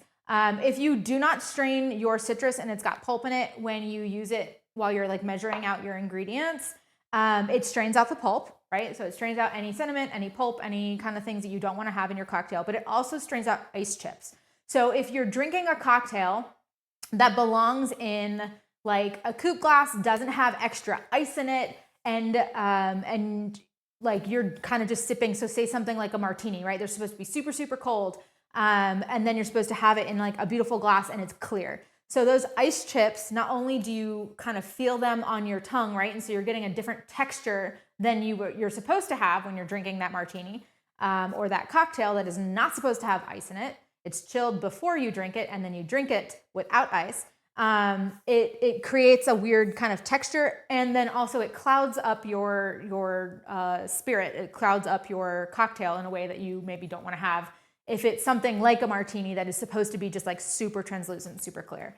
So because I am double straining and I'm straining for ice chips, I'm also gonna just not bother straining beforehand. Sometimes if I'm making a cocktail that does belong with like chipped ice or like over a lot of ice, I will strain the citrus juice first, and then I will make the cocktail and just pour it right into the glass, and I don't need to worry about those little ice chips, so I don't care about them, and I'll strain it beforehand.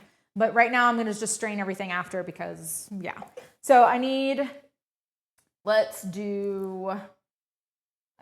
ounce of lemon juice. I've already got 1 ounce in here, so I'm going to move, let's see, we're gonna go to 60 milliliters total. So I've got 30, remember I've got 30 milliliters already of our cranberry.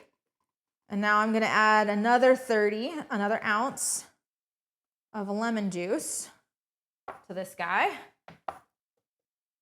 And then I also am going to need about 2 ounces of gin. Now I have in this recipe, I have Empress gin written.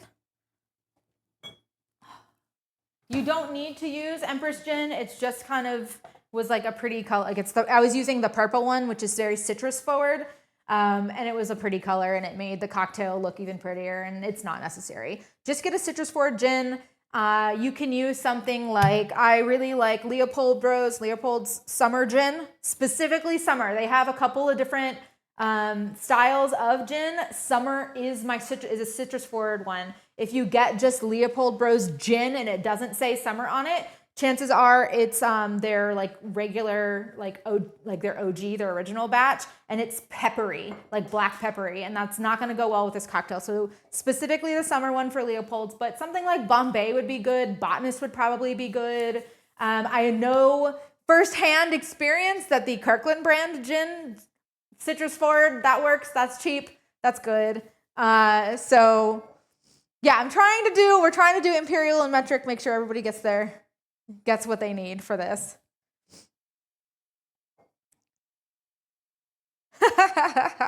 Red Hood, that's a good joke.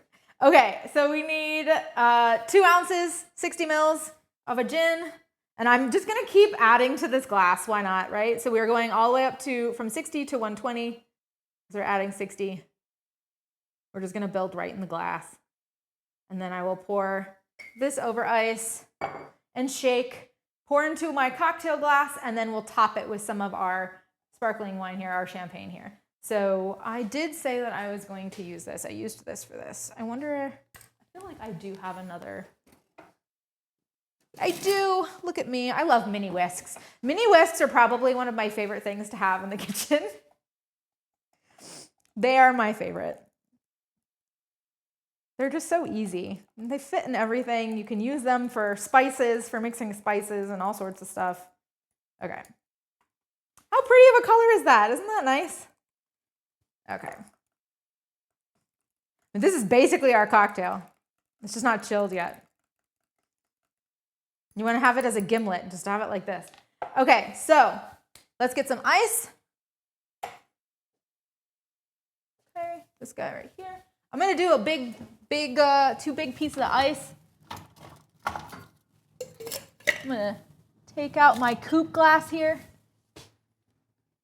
There's I think his name, I want to say his name is Thirsty Whale. I want to say it's Thirsty Whale, is the content creator on Instagram that I follow that makes cocktails. And I was joking this morning. I was like, have some class, freeze your glass. And then what's the other one he does? He says, don't be a poop, freeze your coupe. Which I think is hilarious. So I've got a nice frosted glass situation here. I've got some big chunks of ice. The smaller the chunks of ice that you have, the more diluted your cocktail will be. So it's important to use larger chunks of ice in your cocktail. Oh, it looks like I've got a little extra left over in there. There we go. That's good enough. So you want to use larger chunks of ice. I feel like this is now going to be a very loud stream that I was not prepared for. And I apologize. I'm going to mute you while I'm shaking this because it's going to get quite loud. You can turn it down. Okay, my husband's going to turn the volume down so you guys' ears don't break off. And a 1, 2, 3, go.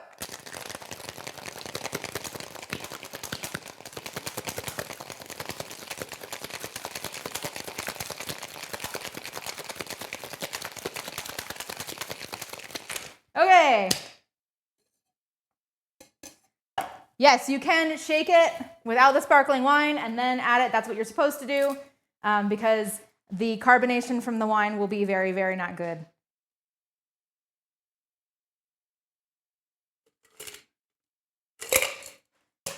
And because I do have pulp in this, and there are ice chips, I'm actually gonna do this.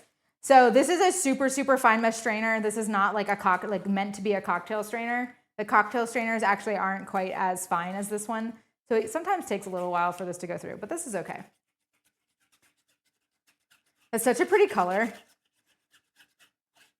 But you can see I've got like the pulp kind of going through from the lemon and the ice chips and stuff. Cool. Okay, and now we're gonna top with 1 to 2 ounces, 30 to 60 milliliters of our sparkling. And we're gonna have at her. And that's our cocktail. That's really nice. Yum. Okay, cocktail number 1 is done.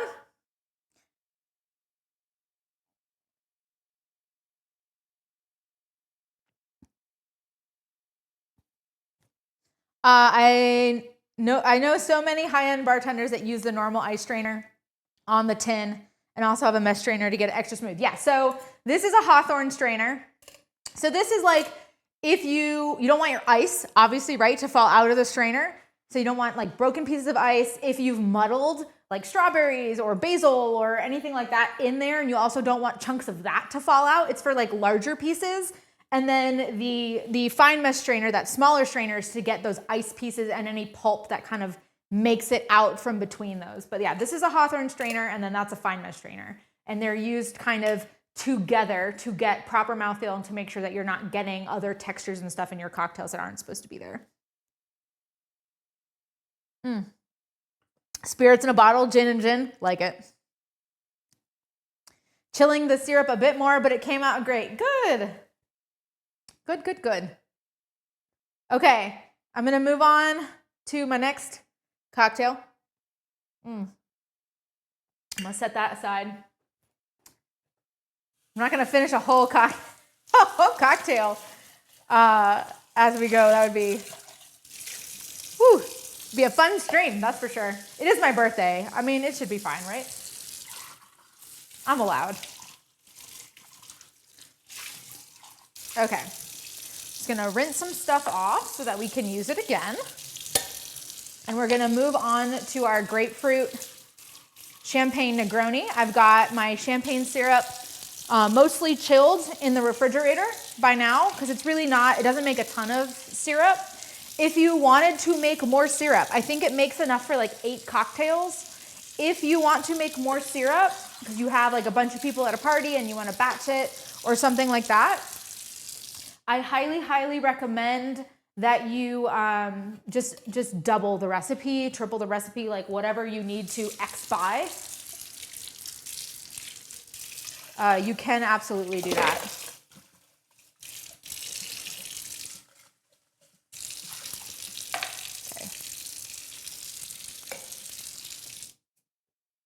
Okay. I'm actually gonna put this back in the freezer. Why not? Okay, back in the freezer she goes.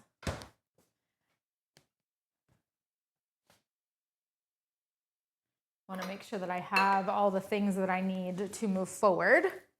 Okay.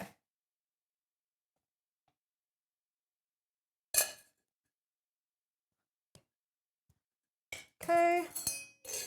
Back to where we were. Let's reset. I need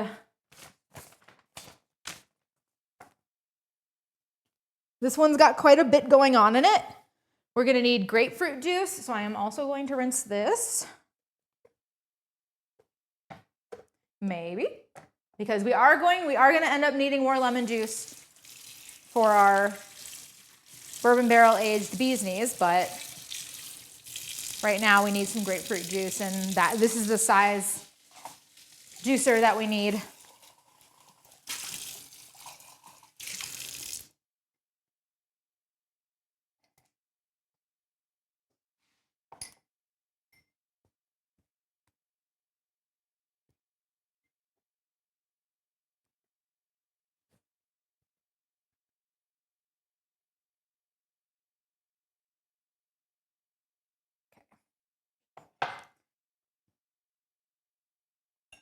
I've got about everything that I need.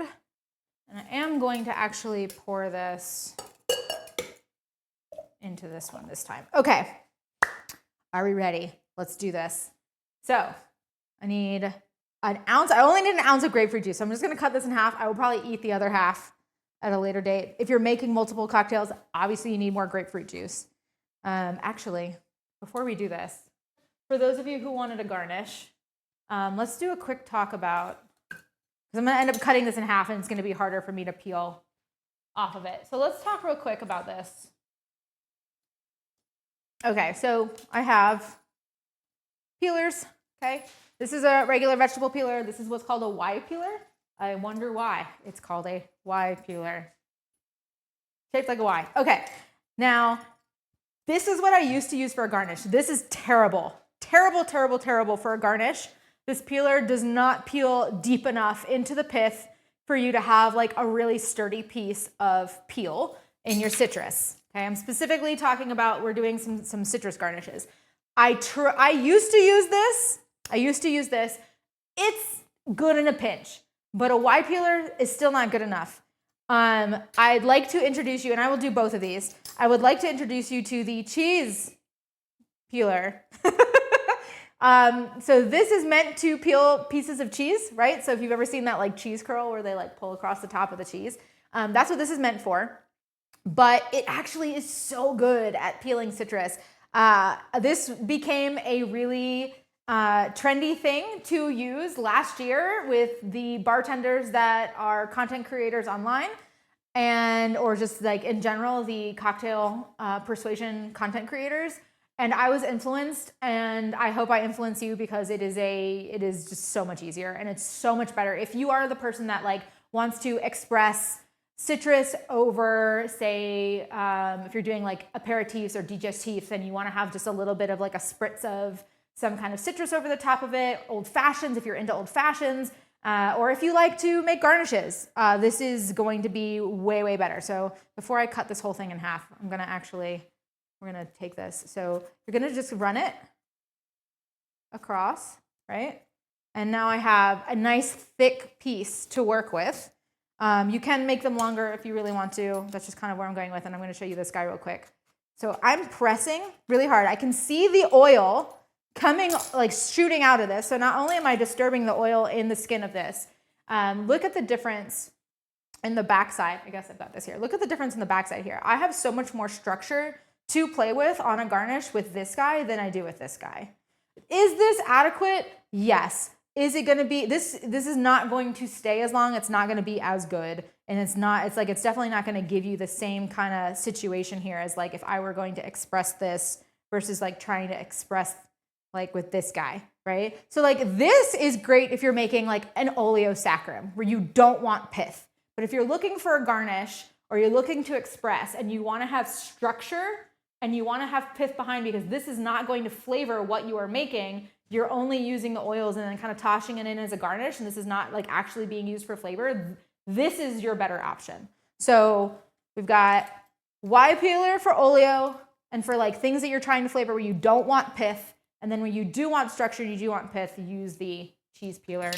I'm literally, yes, I'm cheesing it. Yes, I am. That's exactly what I'm doing. Okay, so we'll save this. We're going to put this off to the side. We'll use it for a garnish later. But I did want to do that before I ended up cutting this open and then like couldn't find enough space to, couldn't find enough space to peel, get a nice thick wedge. Okay. Let's get this on. We're going to do some squeezing. I'm going to put this, actually, I don't like this sitting out. I'm going to put this in the refrigerator. Let that stay chilled. We're going to let that stay chilled.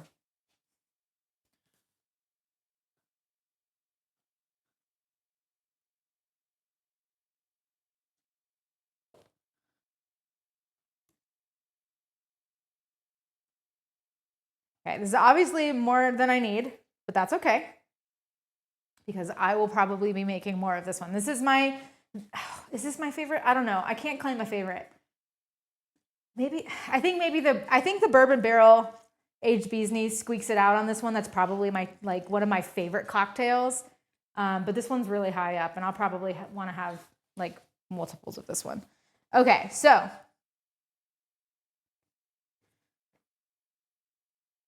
let's do it. I need 30 mils. Okay, we need 1 ounce, 30 mils of fresh squeezed grapefruit juice. Okay, mango juice. Oh, got some seeds going on in here. I'm gonna end up straining this out anyway, but let's try not to get too many seeds in it. Too late. Oh well. Seeds it is. Close enough. I may strain this. I'm gonna strain this into another cup. Why not? No seeds. Thank you. Please and thank you. Okay, so we got our 30 mils of grapefruit juice, 1 ounce of grapefruit juice. I'm gonna set this guy off to the side. We need, I've got our egg white in here. I guess we can do that. We'll set that off to the side. I've got an egg already in a container. I've got my egg. Okay, we're gonna split this in half. I want egg white in one, egg yolk in the other. We're gonna be using egg white to create a foam. If you are vegan, you can use a non-animal byproduct like a Fee foam, Fee Brothers, who also did my grapefruit bitters here. They have something called Fee foam, and it is a vegan thing that you can use for foam. You can use aquafaba, which is the water that's kind of left over from soaking chickpeas, garbanzo beans in water. That can also create a good foam. You can use xanthan gum. You can use, I'm trying to think if there's another thing. There's like a ton of different things that you can find online to use. Fee foam is probably the one that is most commercially used by bartenders, and a lot of times they won't even use eggs because it's expensive to keep wasting yolks. Or even just like get cartons of like egg whites. Like sometimes those can kind of have a little bit of an off flavor. So Fee foam is actually used a lot in like bartending scenes. So this is just because this is what I have readily available to me. But yeah, I'm going to be using an egg white today. You do you with what you want to do. And we're going to go with it. Oh, I love that you know what that reference was for. Thank you so much. Thanks for following me with that reference. That's so funny. Okay, crack your egg on a flat surface, not on the side of a dish or a cup or something like that.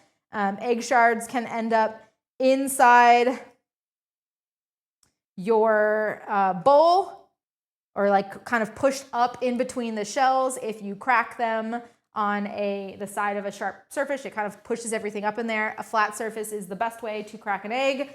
Yes, it is a heated debate. No, nobody can agree on it. It's my preferred way of doing it.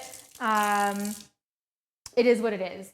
So the whole debate, right, is that if you're cracking an egg on a thin surface like this, you're going to push up through that kind of membrane that's on the inside of the egg better, and it gets through that. Sometimes if you crack on a flat surface, you don't push through that membrane as well, and then you end up like having to kind of like peel it, and you end up with more egg shards anyway. But the flat surface, I find less issues with the egg shell shards kind of getting places if I'm doing it on a flat surface. So that's the way that I tend to do it. I'm going to put the egg yolk in the refrigerator so she's not sitting out, and I'm going to take out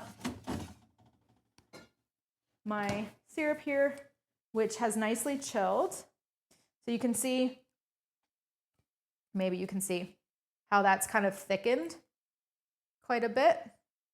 We'll do a spoon, that'll be better.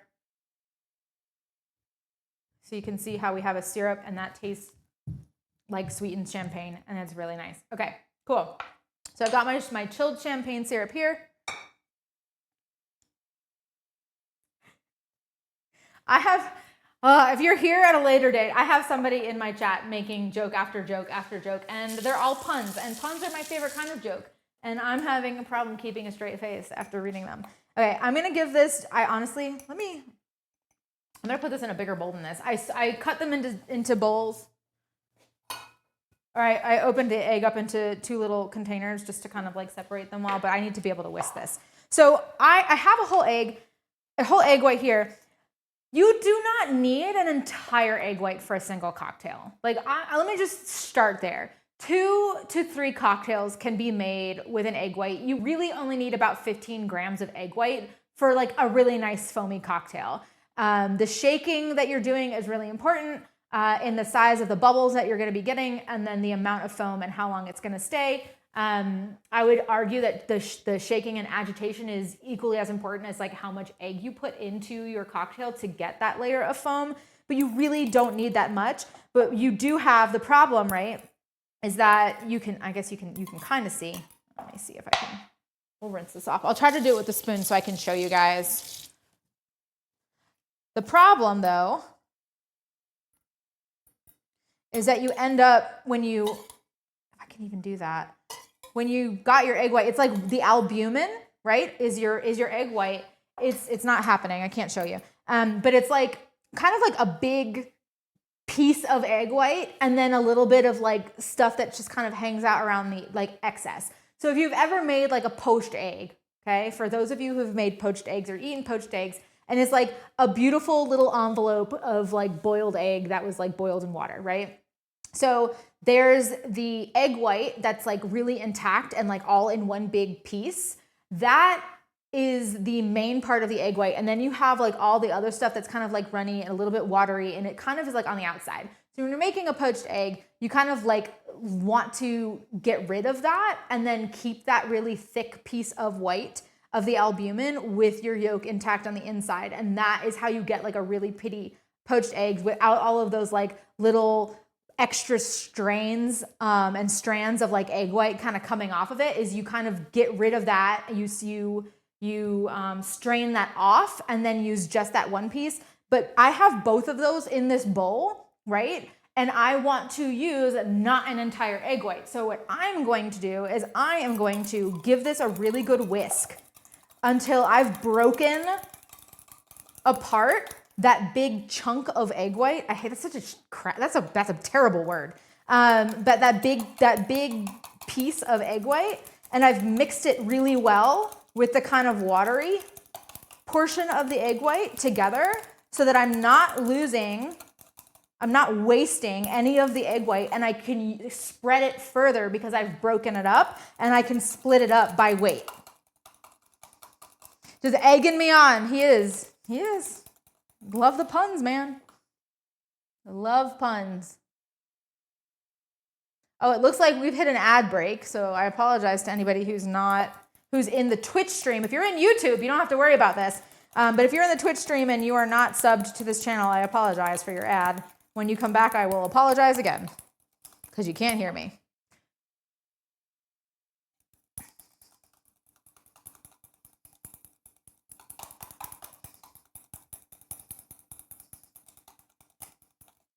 Okay, so as you can see, now I can kind of do this. Before I was even trying to use a spoon, right? And nothing was coming up with a spoon because it was like that kind of big part of the white was just kind of sliding off the spoon and taking the rest of it with it. But now I can measure out 15 grams worth of egg white and I can get several cocktails out of this one egg white. Okay, so we've got our egg white, we've got our squeezed grapefruit juice. Now we're gonna start building our cocktail. We're gonna get ourselves going, okay? I'm gonna use another coupe glass. I've got another frozen coupe glass in my freezer. Okay, the first thing we're gonna do is we're gonna do a dry shake. Okay, so I'm gonna put all of the ingredients minus the champagne. We don't want anything carbonated. We're gonna put all of our ingredients minus champagne into this guy, and we're going to give it what we call a dry shake. That means no ice, okay? And the reason we're gonna do that is because it starts to aerate all of those ingredients together. And then once you add ice to it and do a second shake with the ice in it, the foam is going to be creamier than if I had shaken it with ice and then just poured it right in. So you do a dry shake, no ice, then you add ice, you do another shake, and then you're going to strain your cocktail into your glass. Okay, so I'm gonna pull out the rest of my stuff. I've got my champagne syrup, got my egg white, got my grapefruit juice. We need some Cocchi Americano Bianco. So that is a Bianco vermouth. Vermouth is essentially, it is wine that has a little bit of spirits. Typically it's brandy, sometimes it's some other stuff, but it's got a harder spirit added to it, right? So wine with a harder spirit. Originally it was brandy and it was used so that you could lengthen the amount of time that you could drink said wine without it tasting terrible. The more alcohol that you add into something, the longer it lasts. That's why you can have a liquor cabinet. I don't know if you guys can see my liquor cabinet with all these things sitting out non-refrigerated, but your vermouths, please, please, please, your vermouths need to be refrigerated. Once you open a vermouth, it needs to be in your refrigerator and it'll last maybe 2 months before the flavor will start to go off and it'll start tasting a little sour, because at its heart, it is wine. Vermouth is really, like, unless you have an Amaro or a vermouth that's like in the stronger section, so something that's like at say 30% alcohol, that if it's 30 and above, you can stick it in your pantry and you do not need to refrigerate it. If it's under that, typically vermouths are about as alcoholic as wine, if not like slightly higher, but they're typically between say 15 and like 19% alcohol. Those need to be refrigerated. Or they will start to go off. So you're going to want to put that in there and then you can leave it in there for a month. This specifically, this vermouth, the Cocchi Americano, okay, let's do this, is an American style vermouth. And I say that in the UK, if you want to call something a vermouth, it needs to have wormwood in it. And if it doesn't have wormwood in it, then you can't call it a vermouth, and they'll just call it like, you know, an aperitif, or like kind of just, it's like in the category, it's going to be in that section of the store, but they don't quite call it, like don't quite categorize it as vermouth because it doesn't have wormwood, and this doesn't. So this is what we would call like a modern vermouth or an Americanized vermouth or something like that, which is why they call it Cocchi Americano. It doesn't have wormwood in it. And it is really heavily citrus forward. It's really wonderful and light in things like Negronis, and Aperol spritzes, and just like really kind of like lighter cocktails that you're going for, that you want to have like a little bit of sweetness, but you don't want to have all of the other flavors that you would get in a vermouth.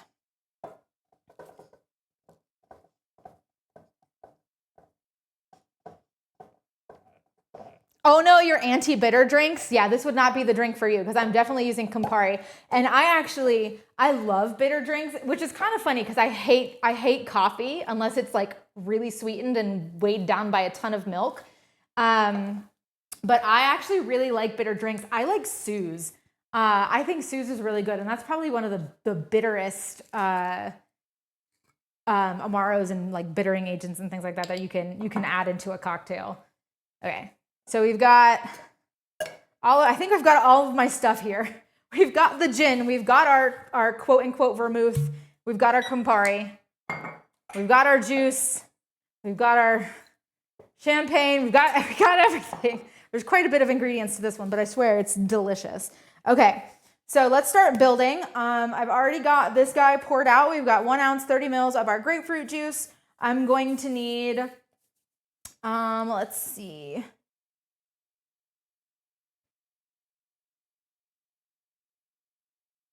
What did I do? Okay, hold on 1 second. I'm gonna read this real quick. I've already done that.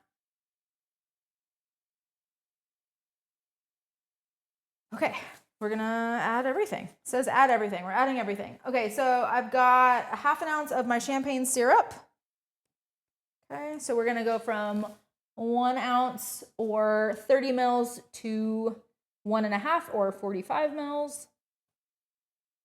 We're gonna make that work. Okay.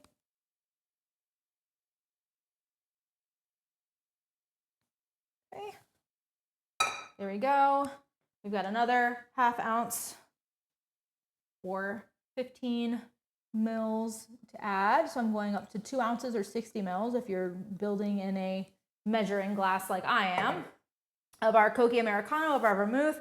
Got 1 ounce of our Campari. This is 30 mils. So I'm going from 2 to 3 ounces, from 60 to 90 mils. Okay.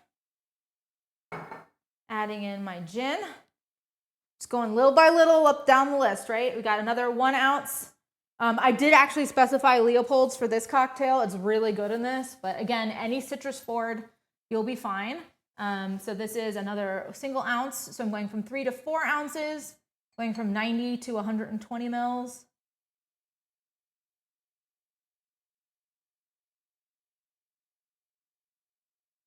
Okay. Yep. Oh, this one doesn't have this in here. Okay. Okay. Everything. Okay, so this is everything, and then we got our dashes. 2, 3 dashes. If you have, I will say this, if you are gifted, because I was gifted, and I do use them, so it was a good gift, but if you are given anything like this,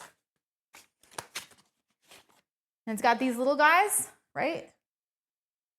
These little bitters, a dash out of this guy is very different than a dash out of this guy. You need like 4 or 5 of like heavy shakes to get a single dash out of these compared to this. So just be aware that like if you think you're doing a dash out of the little ones, you're not getting nearly enough. Do 3 to 4 shakes for a single dash from a regular bottle. Okay. So this one says 2 to 3 dashes. I prefer the bitters, right? So I'm going to go ahead and do 3, but it's 1, 2, 3. Okay. And you can do that, honestly, I should have poured it and just used like the bigger surface or the bigger opening, but it's fine. Okay, so we're gonna toss this in. Okay, got everything in there. I feel like some of my syrup sank to the bottom. There we go. And then we're going to weigh out. Okay, I'm gonna weigh out my egg. Bring this guy over here. And again, remember, I'm going for 15 grams.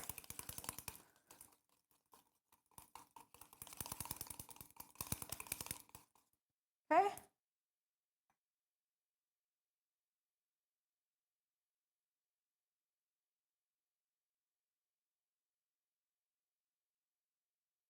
Okay. Basically on the dot. So you can see, like, look how much I have left. Like, I got 2 cocktails out of this, right? You don't need a whole egg white if you're planning on using it. Don't waste. Okay. It's not necessary. It's not going to do that much more. Like, yeah, you'll have more foam, but it's not going to do like enough to be like a real situation. Okay, what I am going to do right now is I am going to rinse another bowl. I always forget how many bowls and cups and spoons and things I need when I make cocktails. I'm going to grab just some ice, and I'm going to grab my coupe. So we're going to go back to our ice. And another coupe so that we can shake and pour right in. Okay. I'm actually going to put my ice into my glass just to keep it chilled for as long as we can. And I'm going to move this guy back over here. Okay, dry shake. Okay. Volume down, please, husband. And here we go. Oh, this one actually doesn't make any noise. That was kind of funny. Once I add ice, it will, though. Okay. So we've got a little bit of foam going on in there, and now we're going to do ice. Drop them in there. And again, give it a nice little bang. We're going to do about 30 seconds. So we did 15 seconds. Now we're going to do 30 seconds.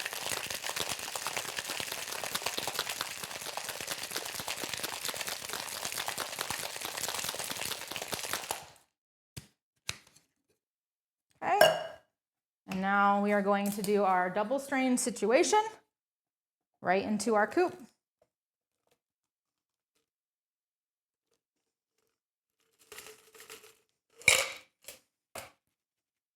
You can hear the ice chips. So that's the whole thing, right? Is like you're not supposed to have those ice chips are not supposed to like be hitting your mouth when you're drinking a cocktail. It's supposed to be nice and smooth and velvety. And so you're double straining that out. So there's your Negroni sour there, your grapefruit Negroni sour. Oh man. That's so good. Yeah, I may have more than one of these. That's really nice. Super creamy foam. You can see, got really tiny bubbles going on. Was I in the wrong place for that? Sorry, husband. I don't know if you can see how creamy that foam is. Really, really tiny bubbles. And let's go ahead and make that garnish real quick. I couldn't help myself. I drank it before I made the garnish. Okay, so we'll do this guy. Actually, I can make the garnish with both so you guys can even see the difference there. So we're gonna take our paring knife. We've got our 2 peels here. And what you're gonna do is you're gonna peel straight down the sides so that you have like a nice long, even line. And then you're going to cut at an angle. Okay, and then you're gonna just right down, give it a little bit of a bend, and she's gonna go on your glass. If you bend this ahead of time and then like leave it out a little bit, it will be better, but it'll work. And so there's your little garnish right on the side of your glass. Super easy. Me looking at my bottle of Arbor Mist with absolute hatred. That was my mom's favorite like wine cooler. She had Arbor Mist in the refrigerator all the time when we were younger. Okay, we're gonna do the same thing, but you'll see how different. I'm trying to make this so that I'm not wasting any of it. Of a situation we have here. So this guy's longer, which I think will end up with a better kind of thing going on, but he's not gonna. Like he's gonna fold faster because it just doesn't have as much structure. Multiple garnishes here. Yeah, it's like not as nice. Just get the one that has the pith. These are good. Like this is okay if you're gonna like wrap it around a metal straw or something like that and have, but like it's gotta sit for a little bit because it doesn't have the structure. It's gotta like dry out. So you almost need to like wrap it around a metal straw and then like leave it to sit for a while and dry out, which is kind of unfortunate. There we go. Nope, it's not gonna stay. We're trying. Let's just do this. Get it to stay like that. I guess something else that we could do real quick. We'll make it for the, we'll make this for the bee's knees. So I've got here, this is a citrus zester and channel. So this is a 2-in-1 piece. You really only need, like I'm looking to use the channel. This is one with just a channel in it and not the zester at the top. The zester is basically that, right? So you can get little pieces of zest the same way that you would use if you were using like a microplane or like the box grater or something like that. But then they also come, a lot of them will come like 2-to-1 with a channel, or you could just purchase a channel, but the 2-to-1 is better. I got this from like somebody who was getting rid of a bunch of stuff in their kitchen, and I was like, that's great, I'll use it for pictures and stuff.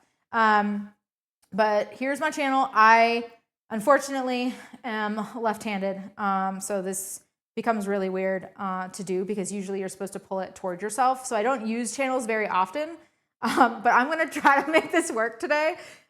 Basically what you're gonna do is you're gonna take the channel and you're gonna run it underneath the pith and just keep going. And you're gonna make a really long piece. Dang it, I can't do this. Okay, we're gonna do this right-handed, screw it. We're gonna pretend that I'm right-handed today. Can't do it left-handed, unfortunately. Maybe if I could find a left-handed channel somewhere, that would be great. But you're gonna kind of go, and you're gonna go a little bit at an angle, the same way like if you were going to peel an apple and you wanted the whole peel to come off, that way when you can get a really like nice long strip. Okay, so you have a nice long strip, and then this gets wrapped around. We'll use a different guy, a metal. I have a lot of metal straws down here. Garnishes need lots of care and attention, right? You're gonna wrap this around from your channel, and then you're just gonna let it sit and dry out and try to take shape. We'll see how long that takes. It usually takes a little bit of time. So it's usually like the first thing I do when I'm like starting to make cocktails is like I'll like prep the garnishes and I'll let them sit and just kind of dry out. But essentially that can go on top of our on top of our next cocktail. I'm going to take another sip of this before I start it. Okay, let's do the same thing we did before and rinse out all of our stuff here.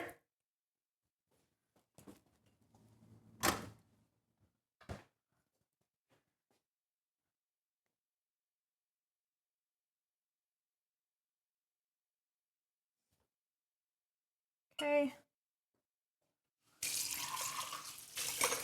It doesn't make sense not to reuse things. So I know like I'm kind of ending up with water on my surface here, but we're making multiple cocktails. So that's just kind of what happens. You could batch all of these. You could make, except for the very first cocktail, the French 75, because you're topping it with champagne, you could batch the base and then just pour and then top as you go, right? But you can, like all of these, you could batch. The only thing that you have to do if you're going to batch and then have these cocktails in a like refrigerator, just kind of like set and chilled and ready to go to pour for people when they come in, is you're going to need to add water. So as I'm shaking these cocktails, right? So I'm shaking them up with ice in there. It is dissolving. The ice is chilling a cocktail, but it's also dissolving and it's diluting your cocktail, right? So a cocktail, if I were to pour it like I was pouring in here and building my cocktail in this and then pouring it into the ice and shaking, if I was going to drink straight from here, it would taste very different than taking it, pouring it out of this and into a glass and then drinking it. And so what you need to do is you need to make sure that you're adding a little bit of water to your batched cocktails to make sure you're properly diluting it for the correct balance and the correct flavor. So what I highly recommend, especially if you're doing something that's like really strong, so say a Negroni. Everybody has a sweet spot for their Negroni or like a mint julep or something like that. Where like there's a specific point of dilution where you're like, oh my gosh, this is perfect, right? So what you're gonna wanna do, stick with me. What you're gonna wanna do is you're gonna wanna weigh all of your ingredients, shake, right? Or stir to the proper dilution, pour it out, right? You're tasting it, you're like, this is perfect, weigh it again.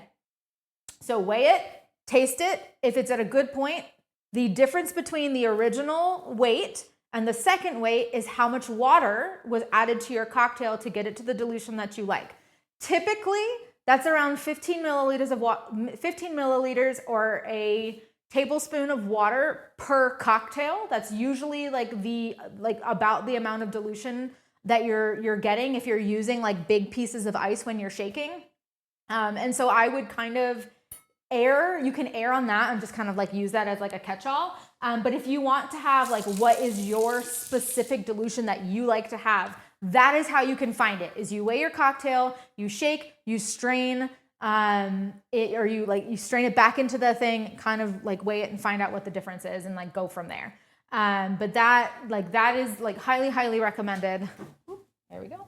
I'm gonna put my egg white into the fridge because I don't want it sitting out.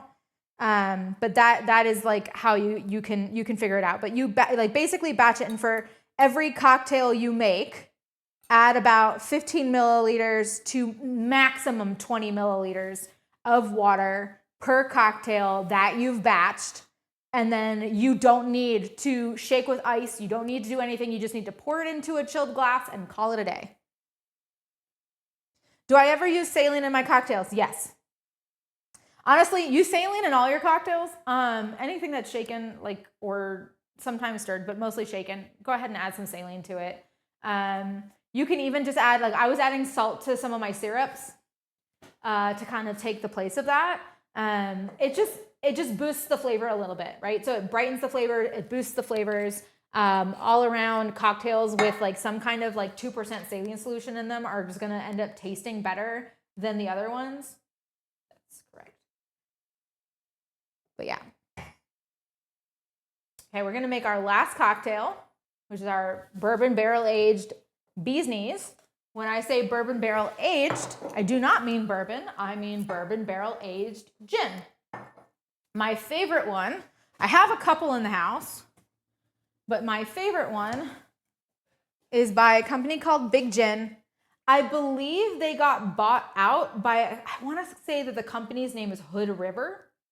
I want to say that's correct. And you can purchase this online and have it shipped directly to you, which is fantastic, which I have done. Because I couldn't purchase it from Big Gin. They were too small, but they still make it. So they're producing for another distiller that bought them out, but it's still being produced. They have this guy, they have a bourbon barrel aged gin. They have a London Dry, which is also very good. And then they have a peated gin, which is super cool, that tastes a little like scotch. So if you like scotch, but you don't like gin, that may be like a good place for you to kind of like break into the gin scene and find something a little more interesting for you. But that one is a really cool one too. But I really, really like this bourbon barrel aged gin that they make. And so I will be using that. I'm going to put this in the refrigerator as well. Why not? Let's do it in the door.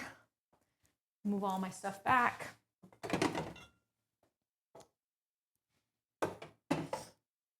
Okay. Syrups. We have our rosemary simple syrup here, and then we have our honey and our agave. I'm going to now mix those. Let's see, now that we've done this, will that be better? A little bit better. I think I sliced it a little bit too much, but that's pretty good, right? There we go. Once it sits for a little bit and it dries out a little bit, it'll work. But if you want something fast, you're making the cocktail right there and you don't want to like prep a bunch of garnishes, just like having the pith on it is just easier. Okay, so those were the garnishes. We're going back to their cocktail now. Okay, I'm going to take the rosemary out. You don't have to do this, but I'm just going to do it. I'm just going to give it like a little bit of a strip down here. There we go. Take that off.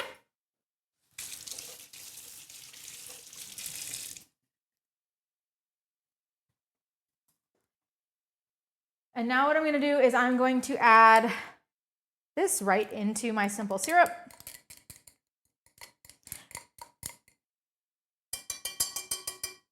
And I do have some small spatulas.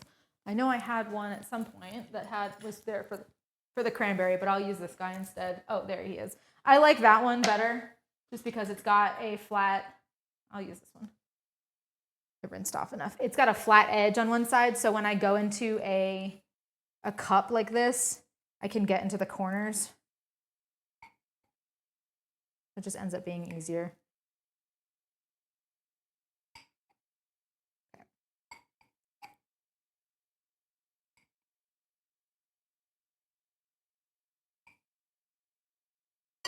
Okay.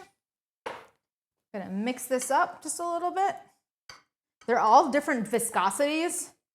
So honey is thicker than agave, which is thicker than simple syrup, right? And so you end up with kind of like something slightly thinner than agave.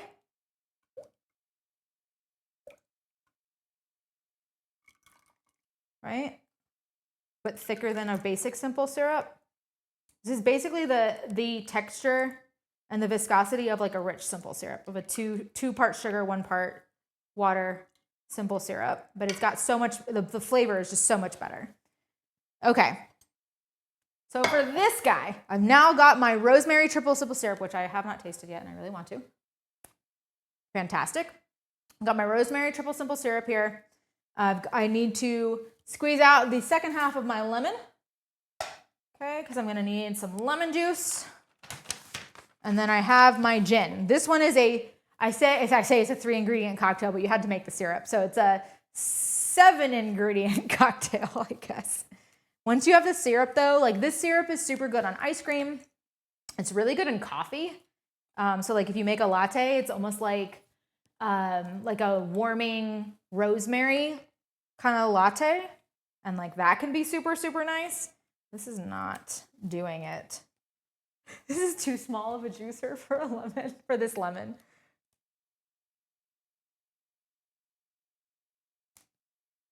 It's a good idea to just get into salting individual ingredients in recipes.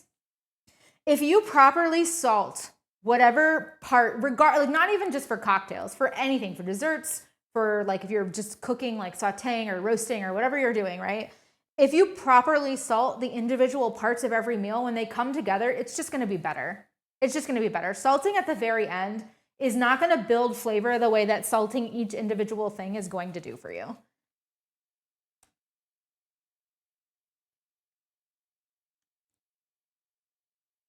That should do.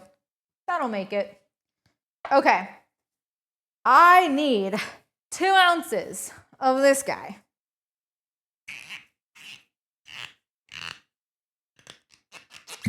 There we go. So 60 milliliters of my bourbon barrel-aged gin. I'm actually going to do the syrup first, just so that I can build better in this thing. I only need a half an ounce. So I need 15 milliliters of syrup. Did I? Oh, I didn't even pour to 2. Jesus, I poured to 1.5. Let's fix that. Hello. Okay, better. Okay, we're gonna need a half an ounce of this guy. Okay, and then I need 3/4 of an ounce or 22.5 milliliters of lemon juice.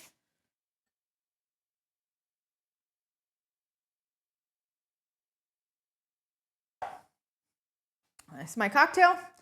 I'm trying to decide what glass I want to use this for. I think I'm gonna we're gonna have some fun.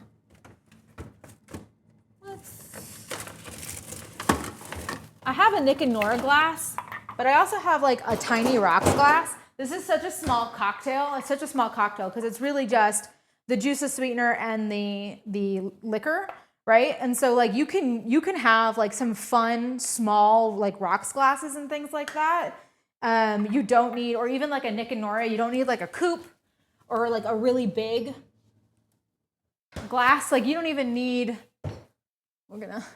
you don't need something as big as like a huge rocks glass. You can use something smaller because this is all that you're kind of adding, right? So you can have like a Nick and Nora glass, which looks kind of like this. This is not enough liquid for a coupe, but if you did something like one of these two, that would be fun. If you want to have this poured just straight, so shaken and poured straight into a glass, you can drink it like that. You can also drink it with a nice big ice cube in there. This probably won't be tempered enough by the time that I pour this, so it'll end up cracking in the middle, but this is some clear ice. It's fine. We're gonna be fancy for no reason because it's gonna crack when I go to pour it. If you are using clear ice, if you made yourself clear ice, you probably already know this, but if you bought some from the store, so here's some clear ice. If you bought clear ice from the store, I think now you can buy like spheres of clear ice from a lot of supermarkets and grocery stores. You need to temper your ice before you pour your cocktail. I know that you're shaking and chilling your cocktail with ice, but it's still too warm to pour directly over ice that just came out of your freezer. What you want to do is you want to have this in a glass, chilling for at least a minute before you put a cocktail over it. If it is still too cold, you'll see this will start to kind of like turn translucent again. So it'll go opaque, right, as warm air hits it, and then it'll start to temper and it'll start to turn clear again. And once it starts to turn clear again, you can pour your shaken cocktail over the top of it and it won't crack through the middle and it'll be nice, beautiful clear ice. But if you pour a cocktail over the top of it, even if it's chilled and it's not yet tempered, it will crack and you lose that kind of like really beautiful, just like clear ice whole thing. So you spent the money to get clear ice and then you ended up cracking the ice because you didn't temper it first. So temper your ice if you are, fancy because it's a birthday drink. But if you're going for fancy, then yes, you are going to please make sure that you temper your clear ice. If you're using clear ice and you're trying to be fancy, temper it first so that you don't waste your money, because I don't want you to do that. Okay, so let me get some ice to shake with, which is not clear ice. It's just ice that I put in a silicone mold so that I would have large chunks of ice for less surface area. Okay, I am actually going to also give this a little bit of a mix in before I pour because I've got syrup that has rested at the bottom of this and it's probably stuck in the corners. So I'm gonna let the thinner liquids pull that out. Going to pour, actually this is supposed to be in here. We're gonna pour into this guy. And then pour into this guy. Give it a hit, and here we go. We're about to shake, and 3, 2, and 1.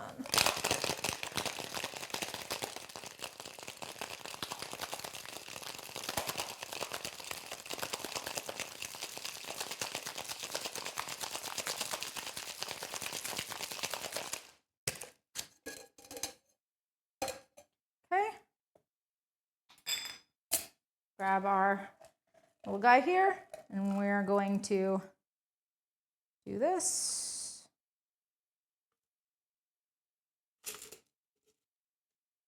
Like, it's such a small cocktail. I think this is a 6-ounce glass. Like, this is such a small glass. And then we can grab our little guy here. Fun little curly Q that we made.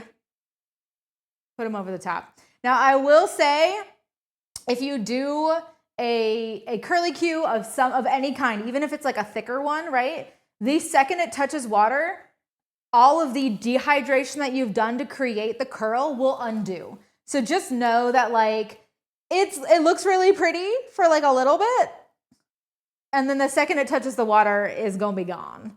So we're gonna let it I'm gonna snake it into the cocktail, and it's just gonna unravel in there. But that's okay. So we're gonna taste this guy. That's really good too. That's really good. Man, I really like that cocktail. Okay, this is gonna be a great birthday for me. We finished all the cocktails. Does anybody have any questions? I know I went back and forth quite a few times, and so there was a bit of chaos, and I just wanna make sure that we're all in a good place. First we did our cranberry ginger French 75s, right? We made a cranberry ginger syrup.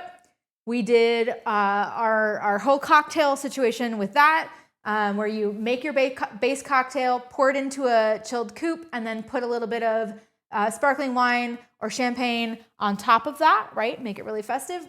Then we moved into our grapefruit and champagne Negroni sour, and that is where we made a champagne syrup for that one, right? We squeezed out some grapefruit. We basically made ourselves a Negroni, added some grapefruit juice, and added in some champagne syrup for that one with an egg white, made it nice and foamy. I've still got that one sitting out with me here.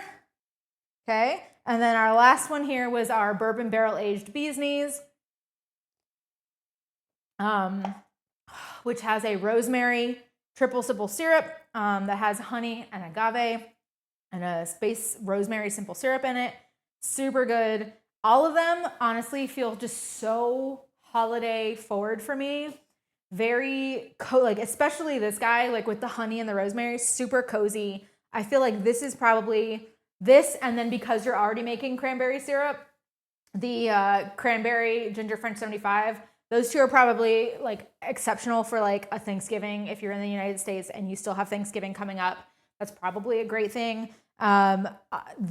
The grapefruit Negroni sour is absolutely like where I thrive. So I would have this like any time of year, but this is, I would say, probably the thing that has champagne in it and this guy are very Christmas and New Year's feeling to me. Have another sip of that. Oh God, that's so good. Yeah. I don't know. Is there anything else that I could add to this? Does anybody have any questions?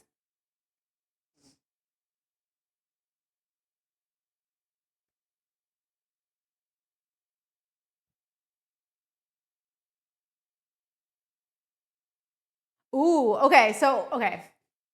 For those of you who are here at a later date, I do have a friend of mine who is making cocktails with me and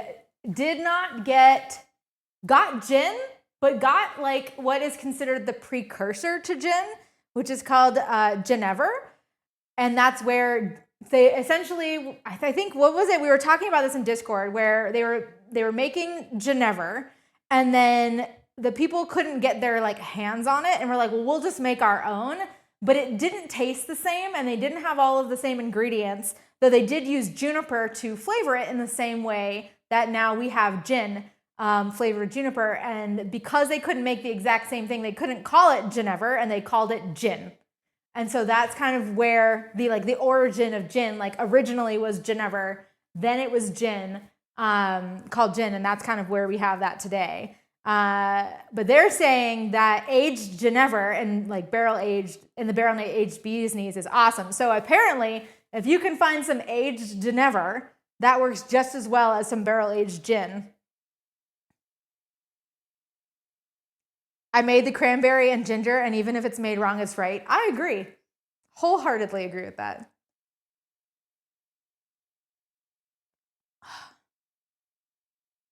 I'm just gonna go back and forth between these cocktails. Okay, let's do a little bit of quick housekeeping here and put some stuff in my sink for me to get to later. I'm gonna clear up my workspace so that we can do our outro. I know I kind of went over all of the cocktails. I'm gonna pull my one cocktail out again. Actually, we'll just leave this here.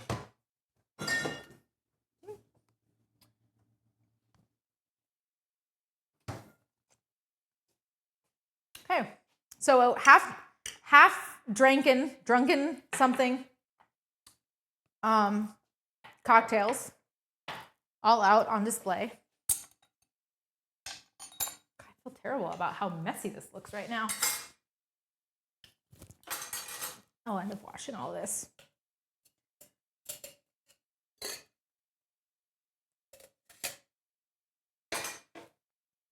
Okay. Hi there. So here are our three cocktails. Our three situations. I've had some of them, as you can tell, but they're all quite good, and they're great for the holiday season. And if you like any of these flavors, if you like something that is fresh and tart and really just lovely, the cranberry French 75 is yours. Cranberry ginger French 75 is definitely the way to go. If you are into bitter cocktails and you love like a good, creamy, delicious bitter cocktail, this is where you're gonna go. Also, if you don't have any family members that can't drink or that are okay, if you have all of your family members are okay drinking grapefruit juice, because I know sometimes that can like grapefruit, it can kind of be like the delineating factor between like, can I have it or can I not have that? Please pay attention to that. Ask for like, medicinal. This is like whatever. This is a thing. I almost brought this to a friend's house, but they were on metformin and they can't drink grapefruit, so I had to scrap that and make something else. But yeah, check in with your in-laws if you're going to make this, or any friends or something like that.